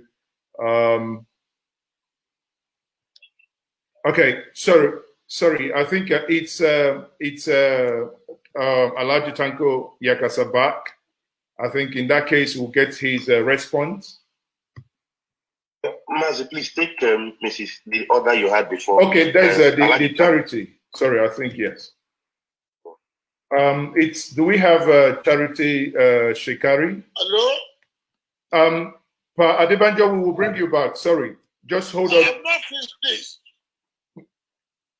Pa Adebanjo, I have not wound up, please. Okay, we'll give you 2 minutes to round up, please, sir. Go ahead. As I was saying, the emphasis I want to make is that all the grammar we are talking, we should put all our emphasis for the change of the constitution now. That is the solution to all that they are talking about development, about the digitalization, about this and that. And we must know that until this constitution is changed, where all the owner of the South, we are under slavery.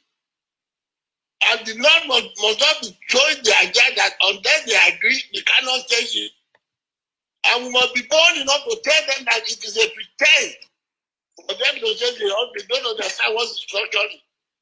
People like Tanko Yakasa now say they don't understand what is structuring. Hello? But if you don't understand it, what they are saying is go back to the constitution we had at independence. It's simple that.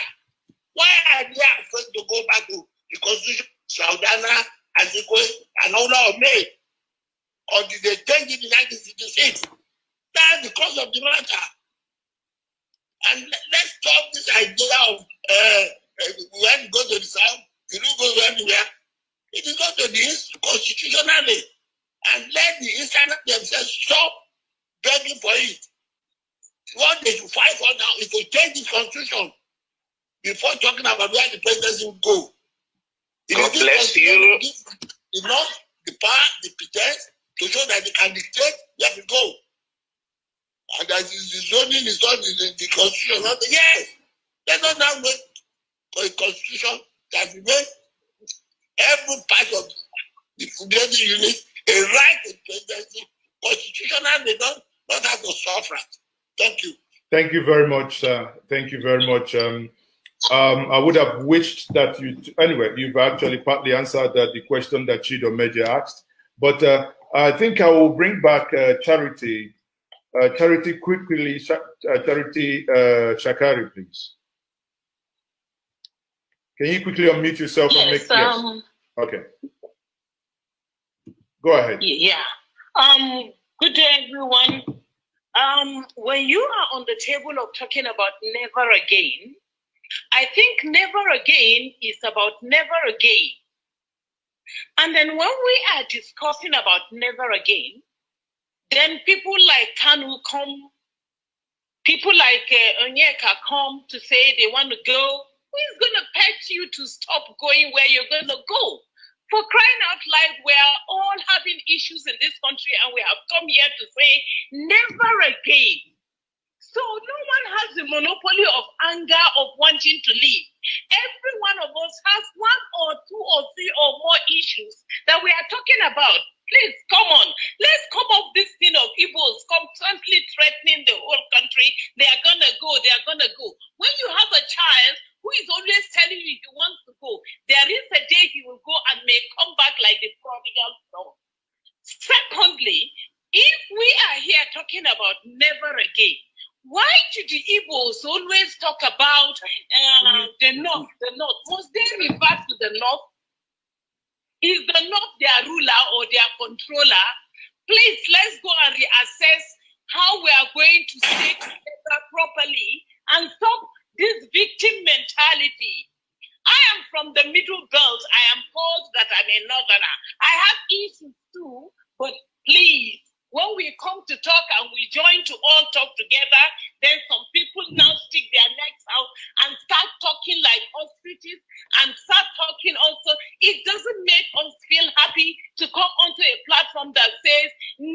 again, please, I am stating this again. When we all come here to talk, we are trying to look for a solution.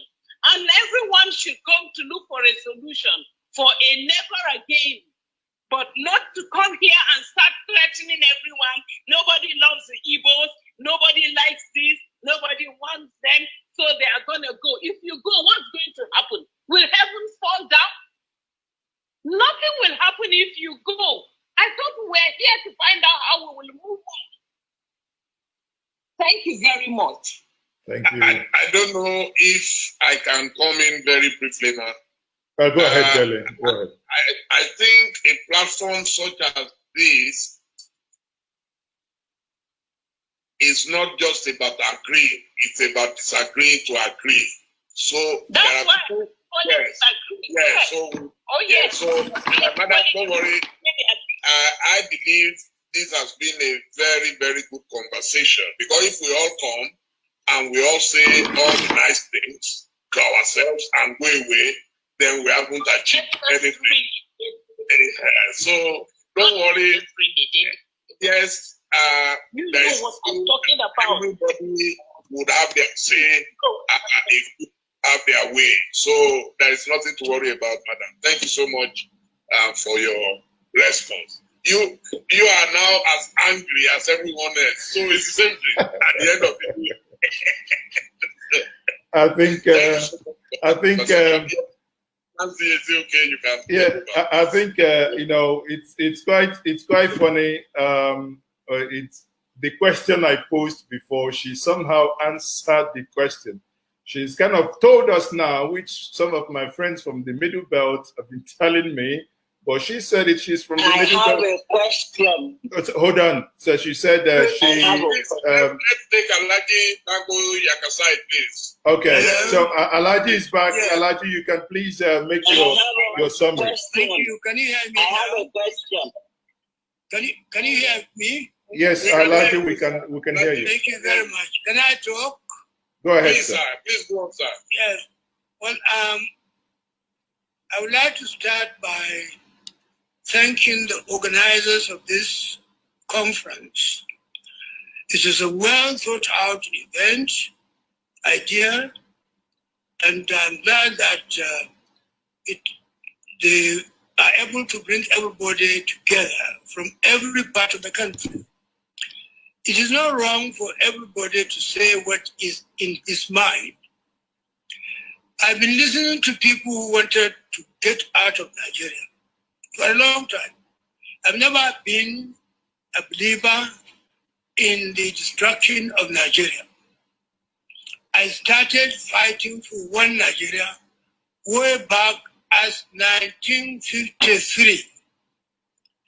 I was arrested, imprisoned twice in 1963 and 1964 because of my commitment to one Nigeria.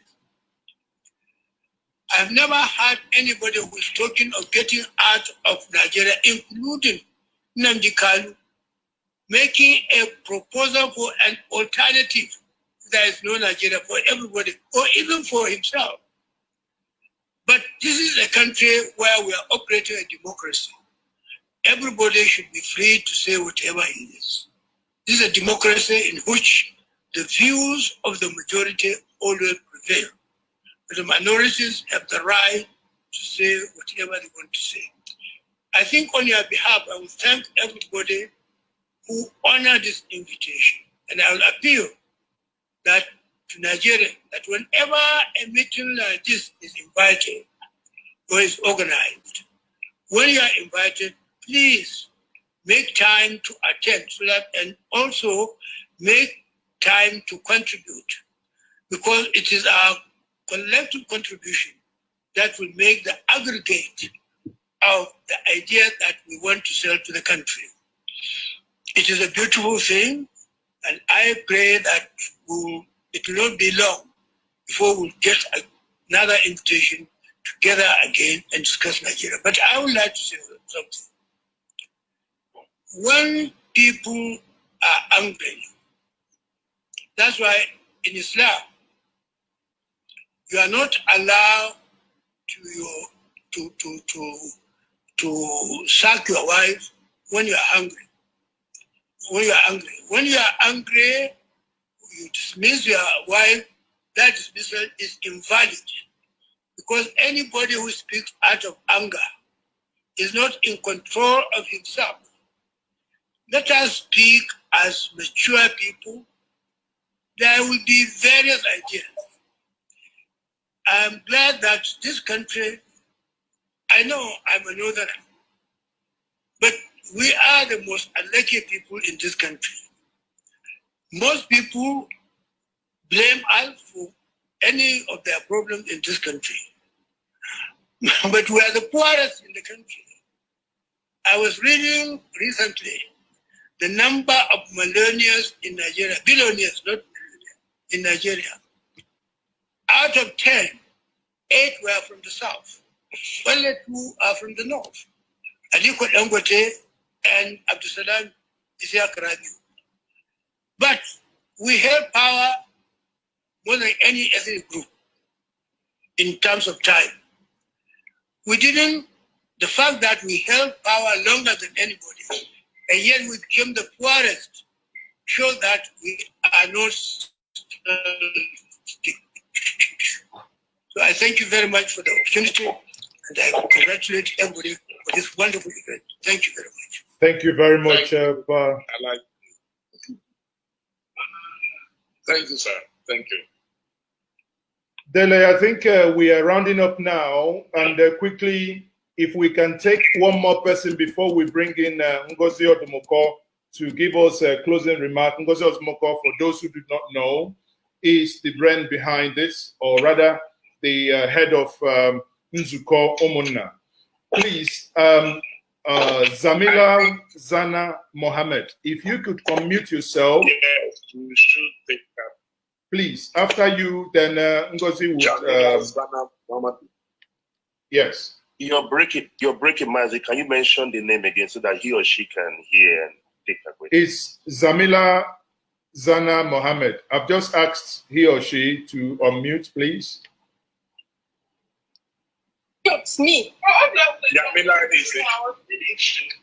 Go ahead. Hello? Hello? Hello? Go ahead. We can hear you. Hello. Yeah, good day, everyone. I'm just a passionate Nigerian here. I love Nigeria. I love Nigerians. And I want to say Nigeria is a great nation. It's Nigerian in orders. If only we understand and know how blessed we are, we should be thinking of making love, peace, and unity. Life is unpredictable. Life is so short. And some of us, that I'm a Wazobia, I was born in Kaduna, I'm married to a Northerner, so I speak Yoruba, I speak Hausa, I speak Igbo, and all that. So what I'm just saying in a nutshell, we need a new constitution. We have to think positive. We should stop holding grudges. We hold grudges, we're not going to move ahead. Trust me, if we come together as one nation, we come together under one umbrella, one voice, it's going to be Nigeria and others.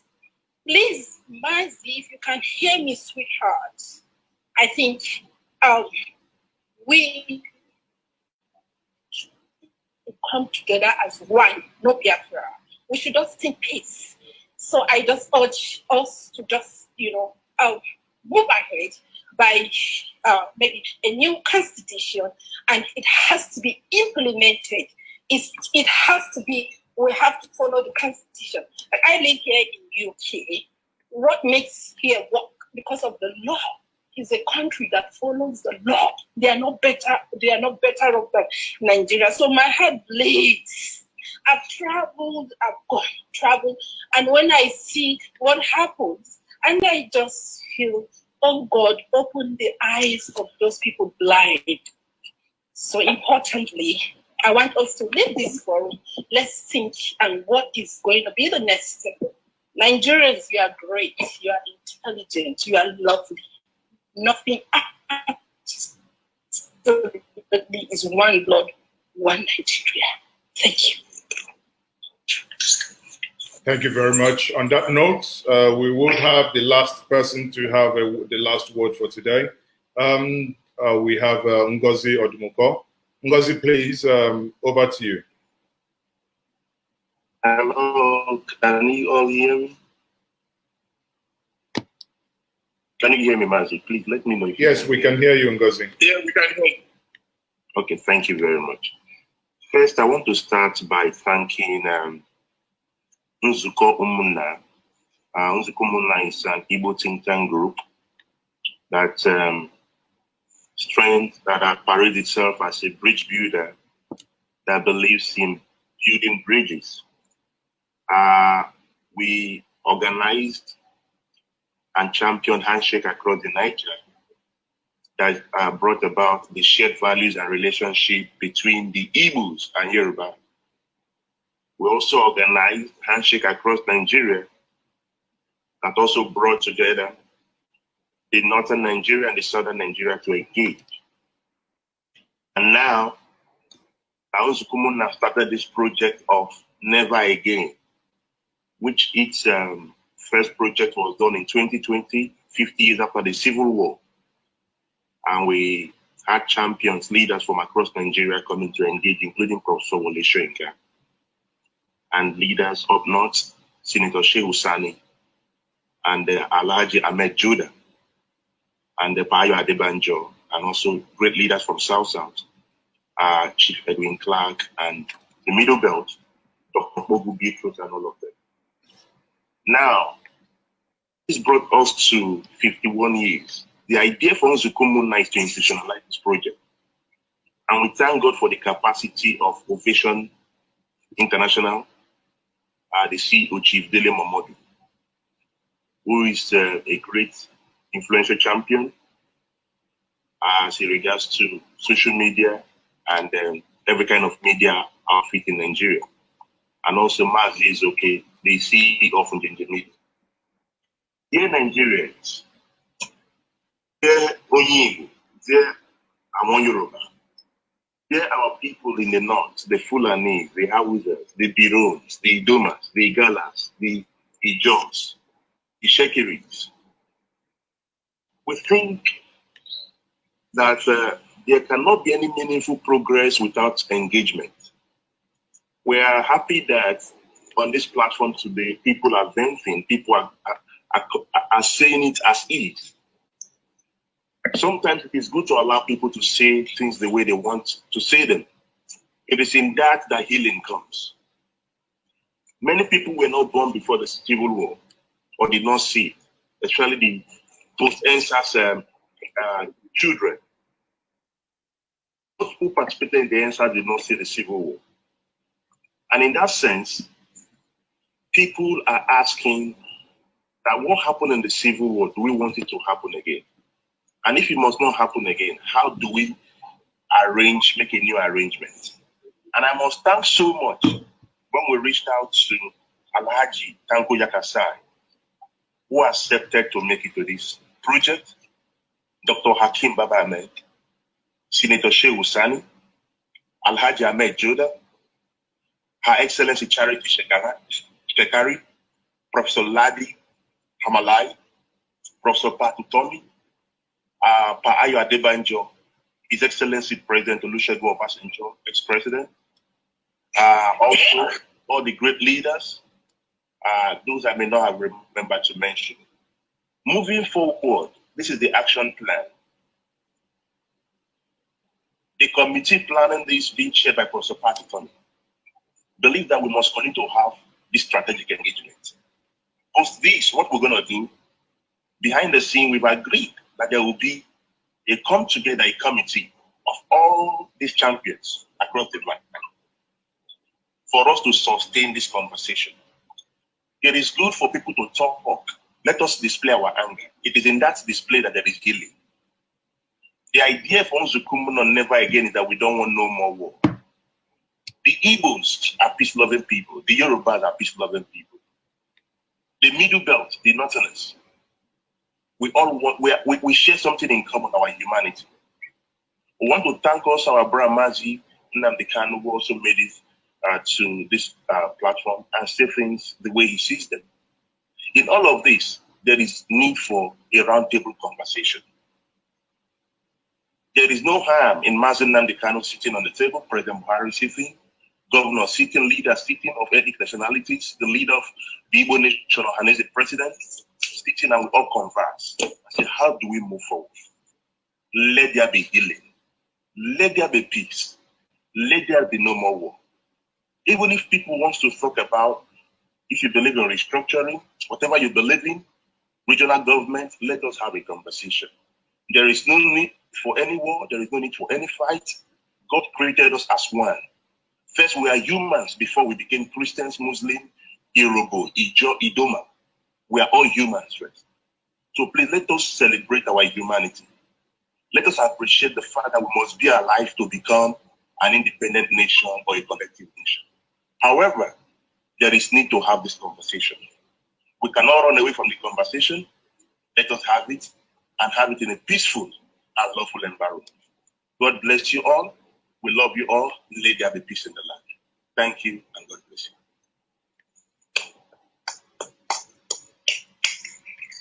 Well, thank you so much. I think on this note, we can call it a day. I believe we've covered a lot of ground today, and we look forward to the next outing of this organization.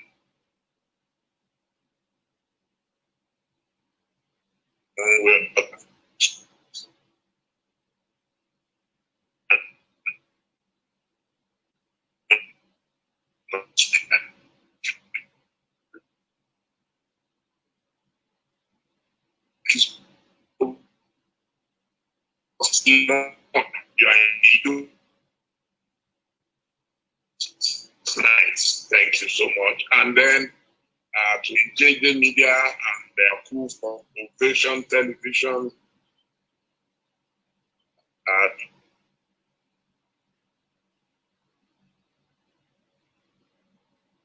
Well, thank you very much. I think somehow, the good thing is that we have now come to an end. And I want to use this opportunity to once more thank every single participant that attended today. Thank you very much. And, again, that is the end of it. And thank you, Ovation TV and the media as well. Thank everyone for joining us today. Thank you. With one voice,